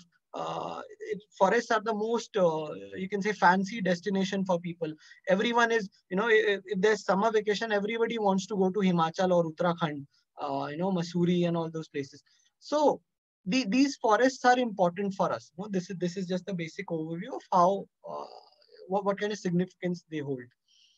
So these are the basic objectives of the study. I had this. I've said that this was a preliminary study in my doctoral work, and I just wanted to understand the concept of conservation and to understand the basis of sacred groves, what it is, how it is, and I was very curious to connect this thing with sustainable development goals, and that is something we are going to talk about right now. There is a lot of literature that you will find. There are a lot of scholars who have spoken about their significance, biological significance, scientific evaluation, and all those sort of things. But I wanted to particularly relate it to how this particular concept can be used to address the sustainable development goals. And this is what I'm going to tell you today. And if young scholars, young people, are there in this sort of workshop, I want you to think, I want you to understand the concepts. When you read concepts, when you come across things, question them, critically evaluate them, and try to find out the, what could be done, with this. Play around with the concepts, look around for different things, how you can correlate different concepts, right? So to understand the concept of sacred groves that addresses the SDGs, that is what we're going to basically talk about. And we are, of course, going to touch upon how this can be used as an NBS, nature-based solution as well. So yeah, this study is basically a compilation of the secondary data which was collected for the purpose of doctoral research work, and sort of secondary data was collated and analyzed for so on and so forth. Everyone has seen this particular picture, and anybody who is into environment, who wants to study environment, or who comes across, this thing, will come across this term called sustainability, which has been, you can say very it's a very sort of fancy term which has been used by various people in academia. So the first, Brundtland Commission proposed this. Sustainable development is a development that meets the need of the present generation without compromising the ability of future generation to meet their own needs. Okay, so look at the date. I always talk about this thing that Brundtland spoke about it in 1987. But as I've already told you, there are tribal people who didn't go to high school, didn't go to colleges. They understood sustainability much before we even devised a definition. They understood sustainability. It was a way of life. And if you particularly look at the Indian culture, Indian ethos, Indian way of life, living, I don't know how many of you have ever been to a village. You go to a village, you try to see, you try to look for yourself. You will find sustainability in everything. Our lifestyle is sustainable. It has been sustainable even before the concept of sustainability came into being, right? But yeah, this is of course something which is nice, fancy, colorful. I want you to look at these pictures and try to understand, what the world really is looking forward to, what we are, where are we headed for the future. So we talk about a world in which there is no poverty, there is zero hunger, good health and well-being, quality education which is affordable to all, gender equality, clean water and sanitation, affordable and clean energy, decent work and economic growth. We talk about industry, innovation and infrastructure, reduced inequalities, sustainable cities, responsible consumption and production. Particularly focus upon this one, responsible consumption and production has been a part of our lives. And I recommend one thing. I mean, one of my professors recommended that book to me, and make a note of it, all of you young scholars present over here. I would recommend you to read Gram Swaraj once. Read Gram Swaraj. Read what Gandhiji has said in the 1920s.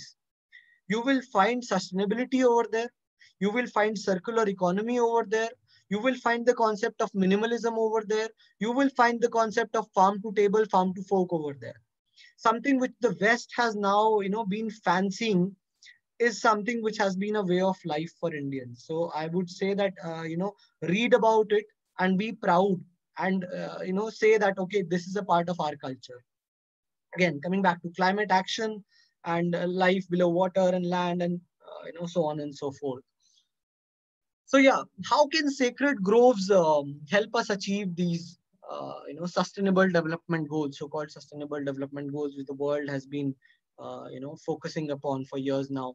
So there are, I figured out, I could be wrong, and this particular slide could be expanded as well. And I'll be very happy if somebody, corrects me or improvises upon this. So in my opinion, there could be 8 particular SDGs that could be served by the sacred grove concept, which is SDG 1, rich ecosystems lead to fertile landscapes and diversity in flora and fauna, therefore leading to enhanced livelihood opportunities, related that way.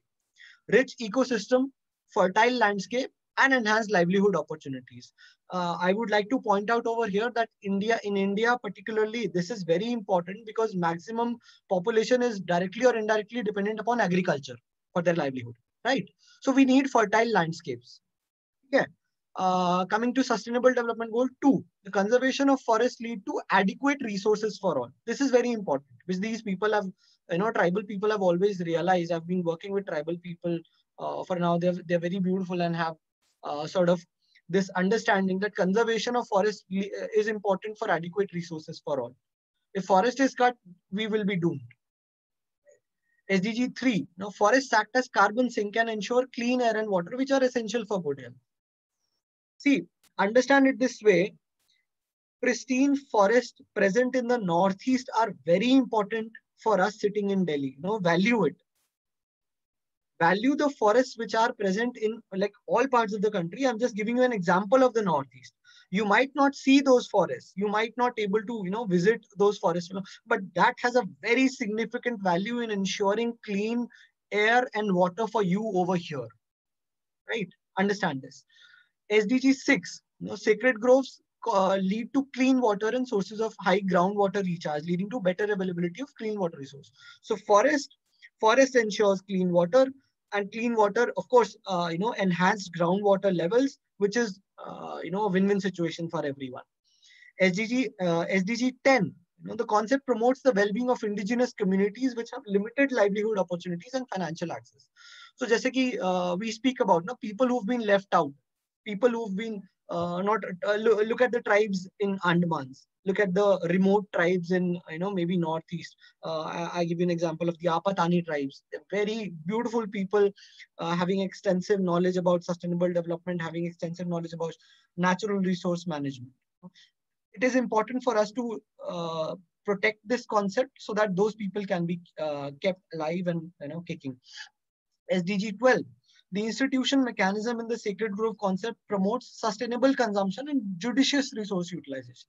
Now we talk about this thing. 12, responsible consumption and production, right? When I responsibly use my resource, I definitely lead to sustainable consumption and of course, judicious resource utilization in the future. SDG 13, the long followed conservation practice is a comprehensive approach to avoid the adverse effects of climate change. Forest can protect us from the adverse effect of climate change. We are going to talk about, I am going to give you a case, which I recently come across. We're going to talk about it. SDG 15, the concept itself is based on sustainable use of terrestrial ecosystem. SDG 15, life on land. Protecting life on land, saving life on land. So when I make a sacred grove, I am protecting the forest, I am protecting the biodiversity, I am protecting the plants, animals, the water, air, I'm protecting the microorganisms which are present in. So a whole ecosystem is protected. And when ecosystems are protected, it ensures a better future for all. this is a slide. I mean, there are a lot of text for you to understand. I will, give the presentation to you later on, and maybe the paper as well that I made out of this, this thing. So this is something which I've spoken about already. I'll just briefly, you can say touch upon this thing. When I talk about no poverty, the protection of forest patches and spring and lake leads to healthy ecosystem resulting in rich fertile soil. We have discussed about it. Zero hunger. We talk about zero hunger. So forest resources are essential in maintaining various nutrient cycles. So nutrient cycles will be maintained and there will be balance in the agriculture ecosystems as well. Weather extremes and poor productivity could pose a serious threat to global food security. I protect the forest and then I ensure that the agriculture systems are in good position and there is no no threat to global food security. I talk about good health and well-being, SDG 3. The sacred groves act as a heaven for flora and fauna, providing shelter to keystone and endemic species. Apart from contributing to the sustenance of the ecosystem, it has direct implications on the health and well-being of the humans and all forms of biological diversity. So we have discussed about it. I gave you the example that why forest is important for clean air and water in Delhi. You sitting in Delhi and there is forest in some nearby state.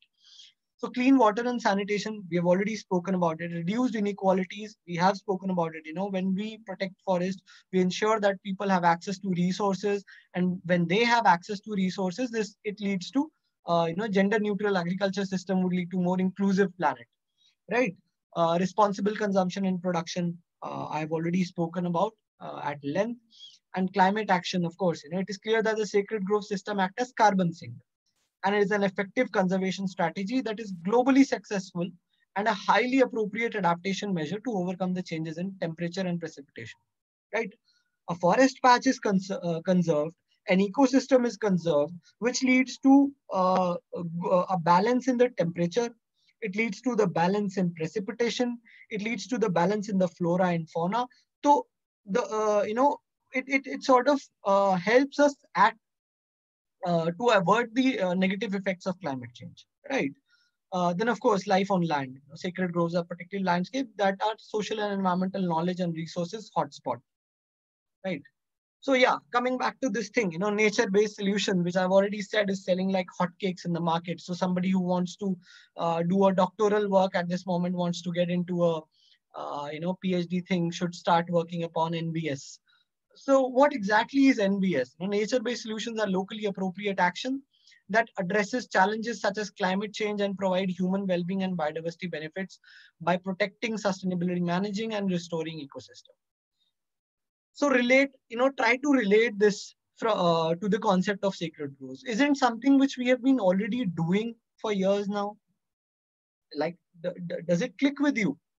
This definition, this NBS concept is a recent evolution, and the UNEP and IUCN have been pushing forward to it. This is a very fancy sort of diagram which they have made to talk about nature-based solution. But isn't it something, doesn't it fulfill all the criteria to be called as NBS to tackle the adverse effects of climate change and fulfill the sustainability agenda? Think about it, So yeah, this is something which is very important, and I want you to understand it, through a case. So forest is important for agriculture. Agriculture is related to water resources, which is related to air and biology. Everything is interrelated. There is a nexus. So you disrupt one thing in the cycle, and everything over here will collapse. Trust me. I recently went for my doctoral work. I was visiting Nandurbar, which is a tribal district in Maharashtra. There, the Bhil and Kokni tribes are particularly residing over there. So when I went there, I had discussion with the people, the farmers, and the tribal people. So what has happened over there is the people, what they did was, earlier there used to be a good forest cover in the nearby areas, right? So Sahyadri foothills and Satpura range is nearby to it. So there used to be a good forest cover. So what these people did was, they sort of cut the forest and expanded their agriculture land, right? The forest was cut, agriculture land was expanded. Now what has happened was, they don't even have adequate water resources to fulfill their, agriculture demands. Climate has changed. The precipitation cycle has changed. Temperatures have increased.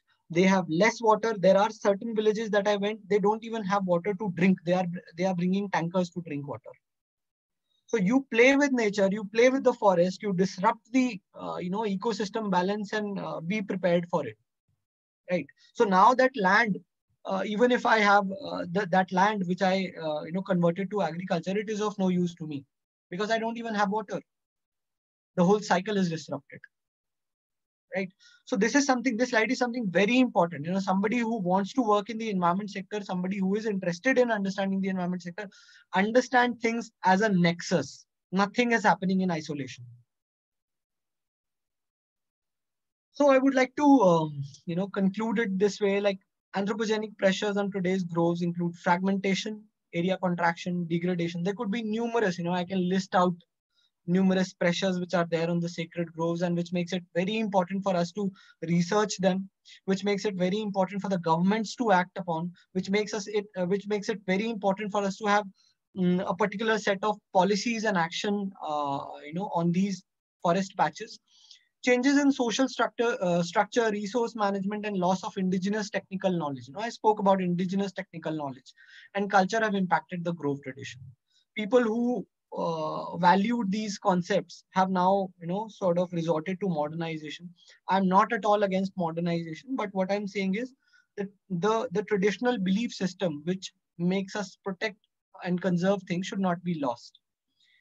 Changes aid the slow decline of the sacred grove system in the social structure, in the name of modernization. As I've said, things change, and forests have been replaced with concrete structure. So good for you. Go ahead with it. Make concrete structures in the name of development and then face the wrath of nature. Major institutional and structural initiatives are deemed at the end of the government. As I've already said, it is important. The community alone cannot do it. We need the support of the government, and we need to have particular set of plans and policies and actions in place which can help us conserve this thing. This is one thing that I've put in bold, and I want you to understand this very crucially. Understanding the local people's perceptions and ontologies. Ontology is worldviews, right? How you look at the world. The clash in this world is happening because we are failing to respect ontologies. We are failing to respect each other's ontologies. There could be different worldviews. The world could be viewed in different perspectives by different people, different communities, different countries, different individuals. So it is important for us to understand these people's perceptions, ontologies, and have a bottom-up sort of approach. The policy making in the country, of course, things have changed for the good, and I have to congratulate the government's, current government. Of course, they have adopted a very sort of bottom-up approach in different issues. But understanding your local people's perceptions and ontologies is very important, right? And of course, the future of ecological restoration and conservation of ecosystem relies heavily on, as I've said, old wine in new bottle, that is nature-based solutions. The concept is one such, this sacred grove concept is one such excellent concept which could be highly instrumental in conserving pristine natural resources. I believe you would have understood the concept per se and how I've tried to relate it with SDGs and how we can move ahead. Like this is just a, you can say, food for thought for you. So go ahead, explore the concept, and let me know if we can expand this work. So yeah, this is, thank you so much for hearing me out. And this is the bottom line of my presentation. And this is one beautiful picture that I took in my, when I was visiting the field. So yeah, that's all from my end. Thank you so much. Thank you, sir. Thank you so much for giving us wonderful insights on this topic. It was very interesting to note different local names of all these groups.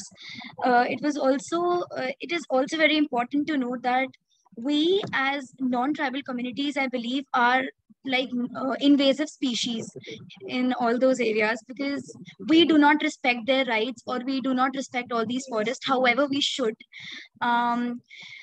when you talked about nature-based solutions, it was definitely a cherry on the top, because all of us, I believe, most of the students would be going in research field, and taking a topic or subject like this or going in such a domain would definitely help uh, us as students in building a beautiful environment and protecting all the ecosystems around us. Also, I believe when you told us that, disrupting one thing can actually destroy the whole ecosystem, because it's like a chain.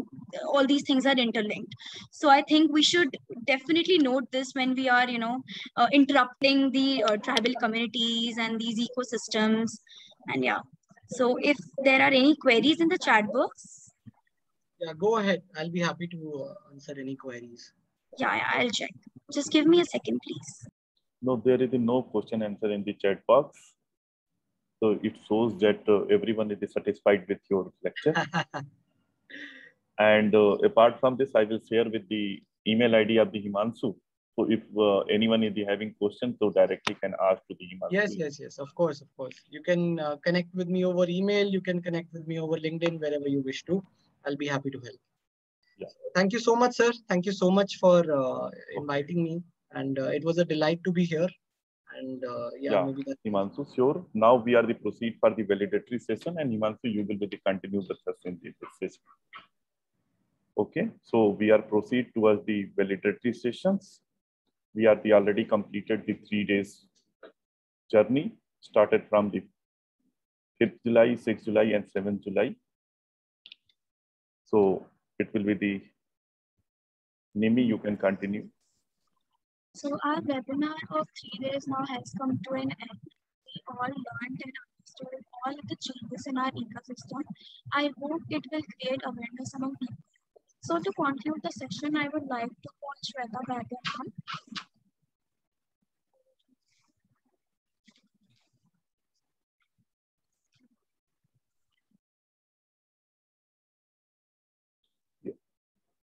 Yeah, I think there is no connectivity with this Shweta, so I am given the concluding remark. So this journey will be started with the program initiative by myself and Dr. Shweta Vaidya, both are the course coordinator in this program. And after that, it will be the keynote address is given by Professor K.R.S. Samamurthy Rao, Honorable Vice Chancellor, Mizoram University.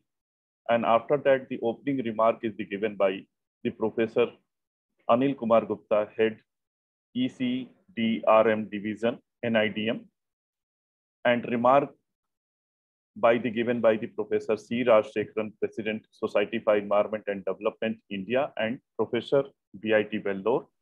The first lecture is given by the Professor T. Pulia, Department of Botany, Sri Krishnadev University, Anantpuram. He is the talk about the biodiversity threats and the conservation. Second lecture is given by the Shweta Vaidya, consultant NIDM. She talked about the climate resilience, livelihood, and ecosystem-based DDR. And second day is started with the first lecture with the Professor Joseph Selvin, Head Department of Microbiology, School of Life Sciences, Pondicherry. He talked about the exploration, exploitation, and extinction of the species. Second lecture is given by the Professor J.K. Garg, Director, Tribhuvan College of Environment and Development, a center of the Nalanda University. Sir is the talk about the wetland restoration and disaster. Third lecture of the second day is given by the Ms. Fatima, young professional NIDM. She talked the ecosystem and community-based disaster management. And the fourth lecture is the Harshit Sharma, young professional NIDM.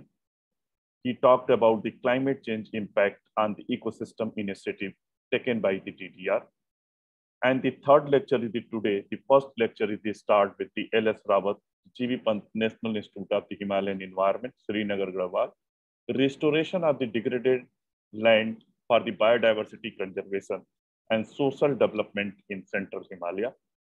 The second lecture, Dr. Kavita Singh, Assistant Professor, Mata Sundari College for the Women, University of Delhi. he talked about the mapping of the restoration and wetland in India. And the third lecture, which is just before to this, the Mr. Himanshu, the Center for the Rural Development and Technology, Indian Institute of Technology, Delhi. He talked about the sustainability through the secret groups, understanding the role of the secret groups. So with these words, I invite Professor C. Rajasekharan, BIT Vellore, to give their remark. Over to you, sir.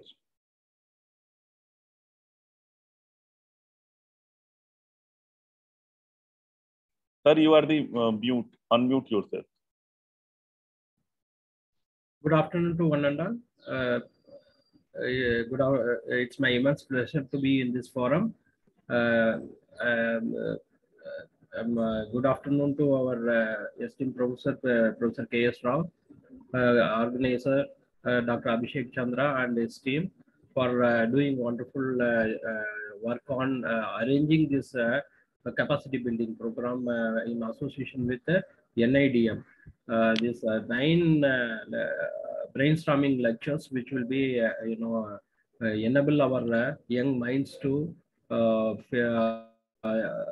involve themselves in restoring our ecosystem as well as mitigating our disasters. Because these days, the environment, one area environment is deteriorating due to our construction, that is developmental activities, and another area, the disasters are also happening frequently. So how to overcome is a very important challenge in front of our young minds. It's younger generation, they should ready to face these challenges. On attending this program, I am sure that you are going to face these challenges easily with your scientific and technical scientific knowledge, with this one applying through our scientific skills.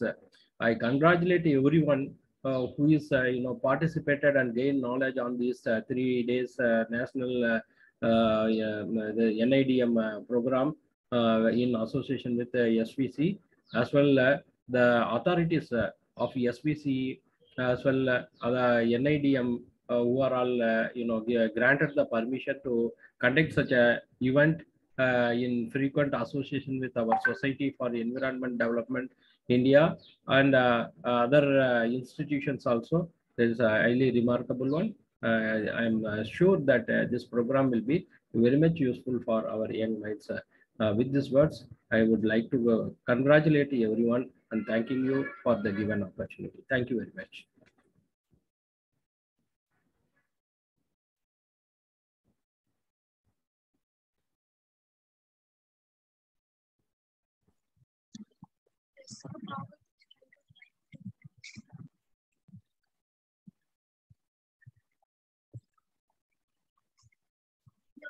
I'd like to call Professor K.S. Rao.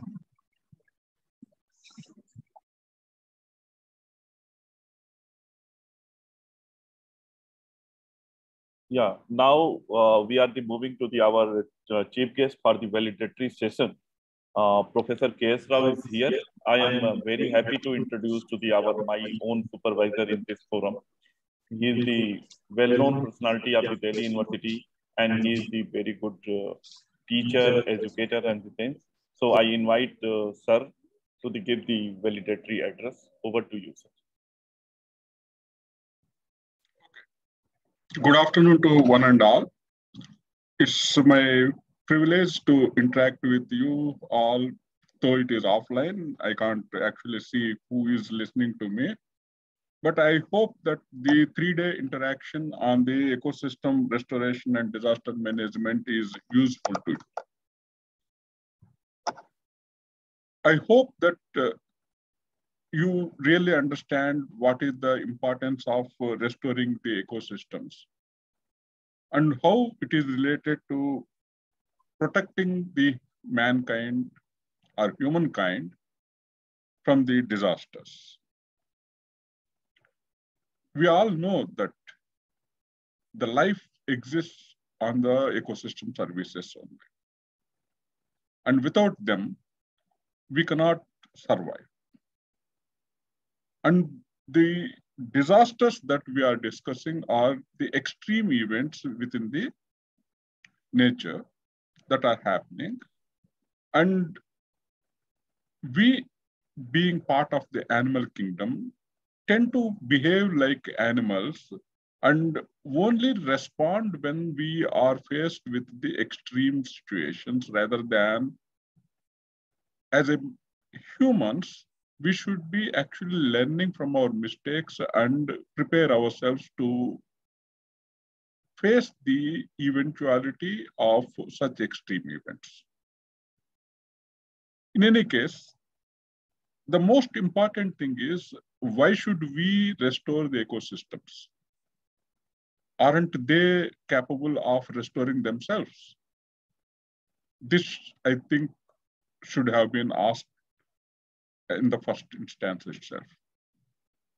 Yes, nature has its capacity to rejuvenate itself, but the extent of exploitation by the human society is so severe that we are not giving opportunity to these ecosystems to restore itself, to provide the required or the society's ambitions of harvesting the resources, and thus they are under stress and degraded. So what we are actually trying to do in terms of restoring the ecosystems. If you look at any textbook, the restoration ecology talks about bringing the structural elements that is existing in the ecosystems, hoping that they will be providing the required services.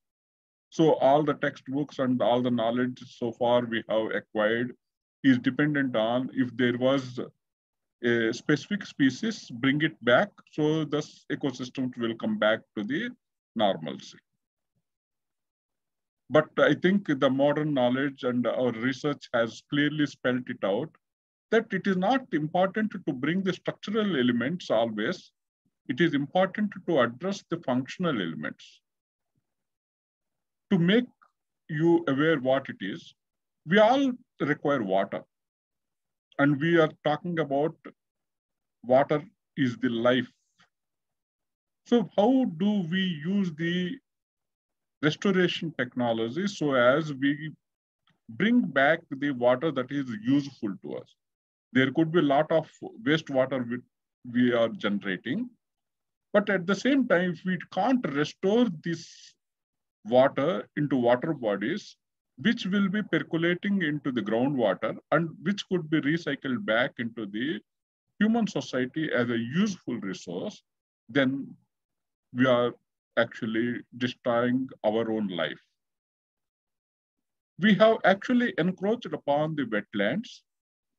I hope the lecture has elaborated on that part. And thus, we are not providing the ecosystem to recharge the groundwater. And this is where we are facing the water scarcity. So once we have identified that there is extreme scarcity of water, now we are talking in terms of how to restore the wetlands.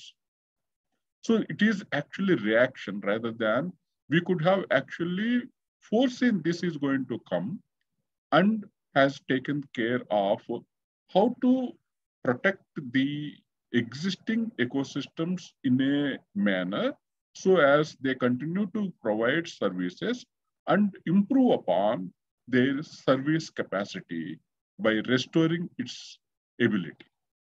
So the take-home message, what I would like to say to you is, it is important to understand each ecosystem, what is the services that it is providing and how important they are and how to restore them so as the human society is able to utilize those ecosystem services for their benefit and also reduce the extent of natural disasters that are going to come because of the climate change impacts that we are creating. So the take-home message is contribute to reduce the overexploitation so as we protect the ecosystems and restore them to provide the services that are required for the humankind. Thanks for giving this opportunity. Thank you so much, sir, for your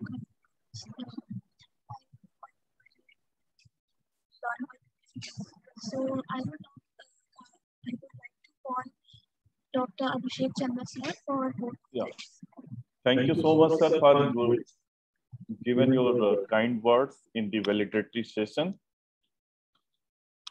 and accepting our invitations. I request to the Dr. Sweta Vaidya, if you are here, you can tell about the feedback forms and certificates about the NIDM.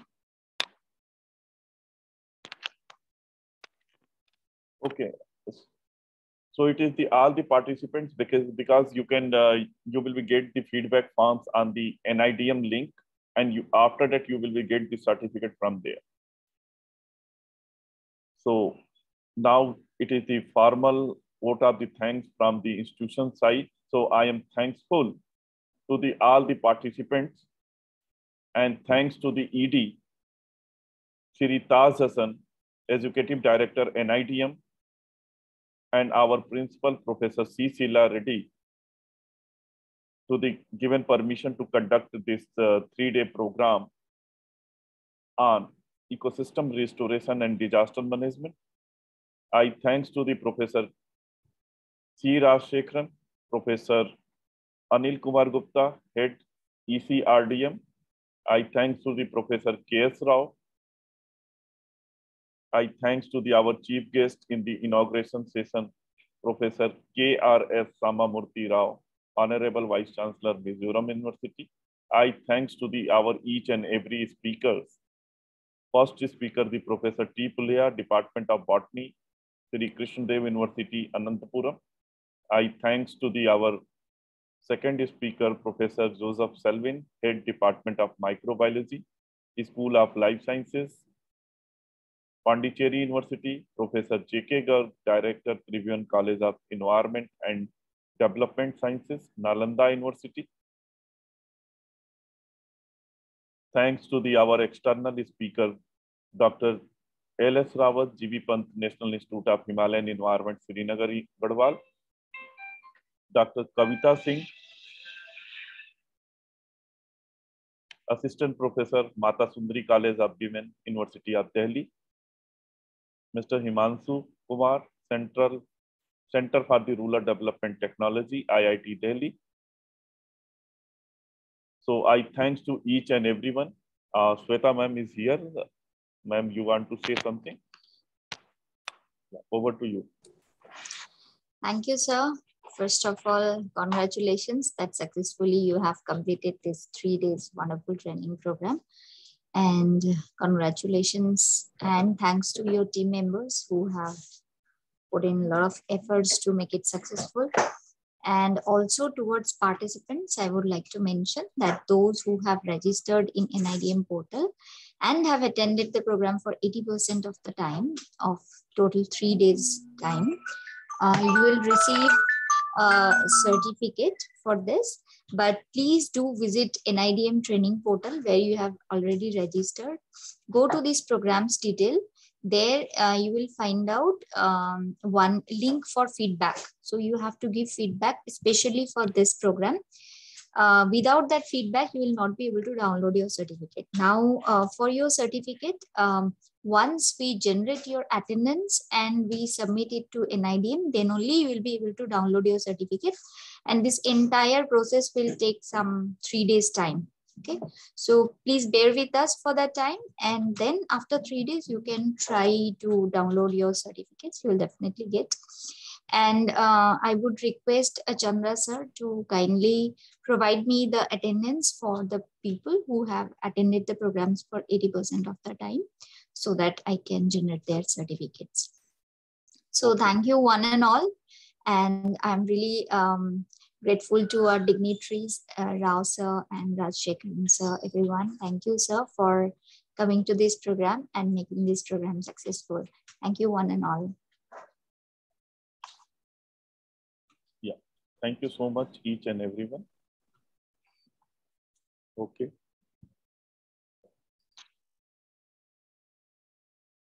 So I also thanks to all my student coordinators, Nibbi, Sakshi, Ananya, Chetna, Megha, Arushi, Radhika, and so many. Okay, thank you so much. Finally, clapping for all of you. Big hands for all of them. Yeah. Thank you so much. They know they have done very wonderful work, and you should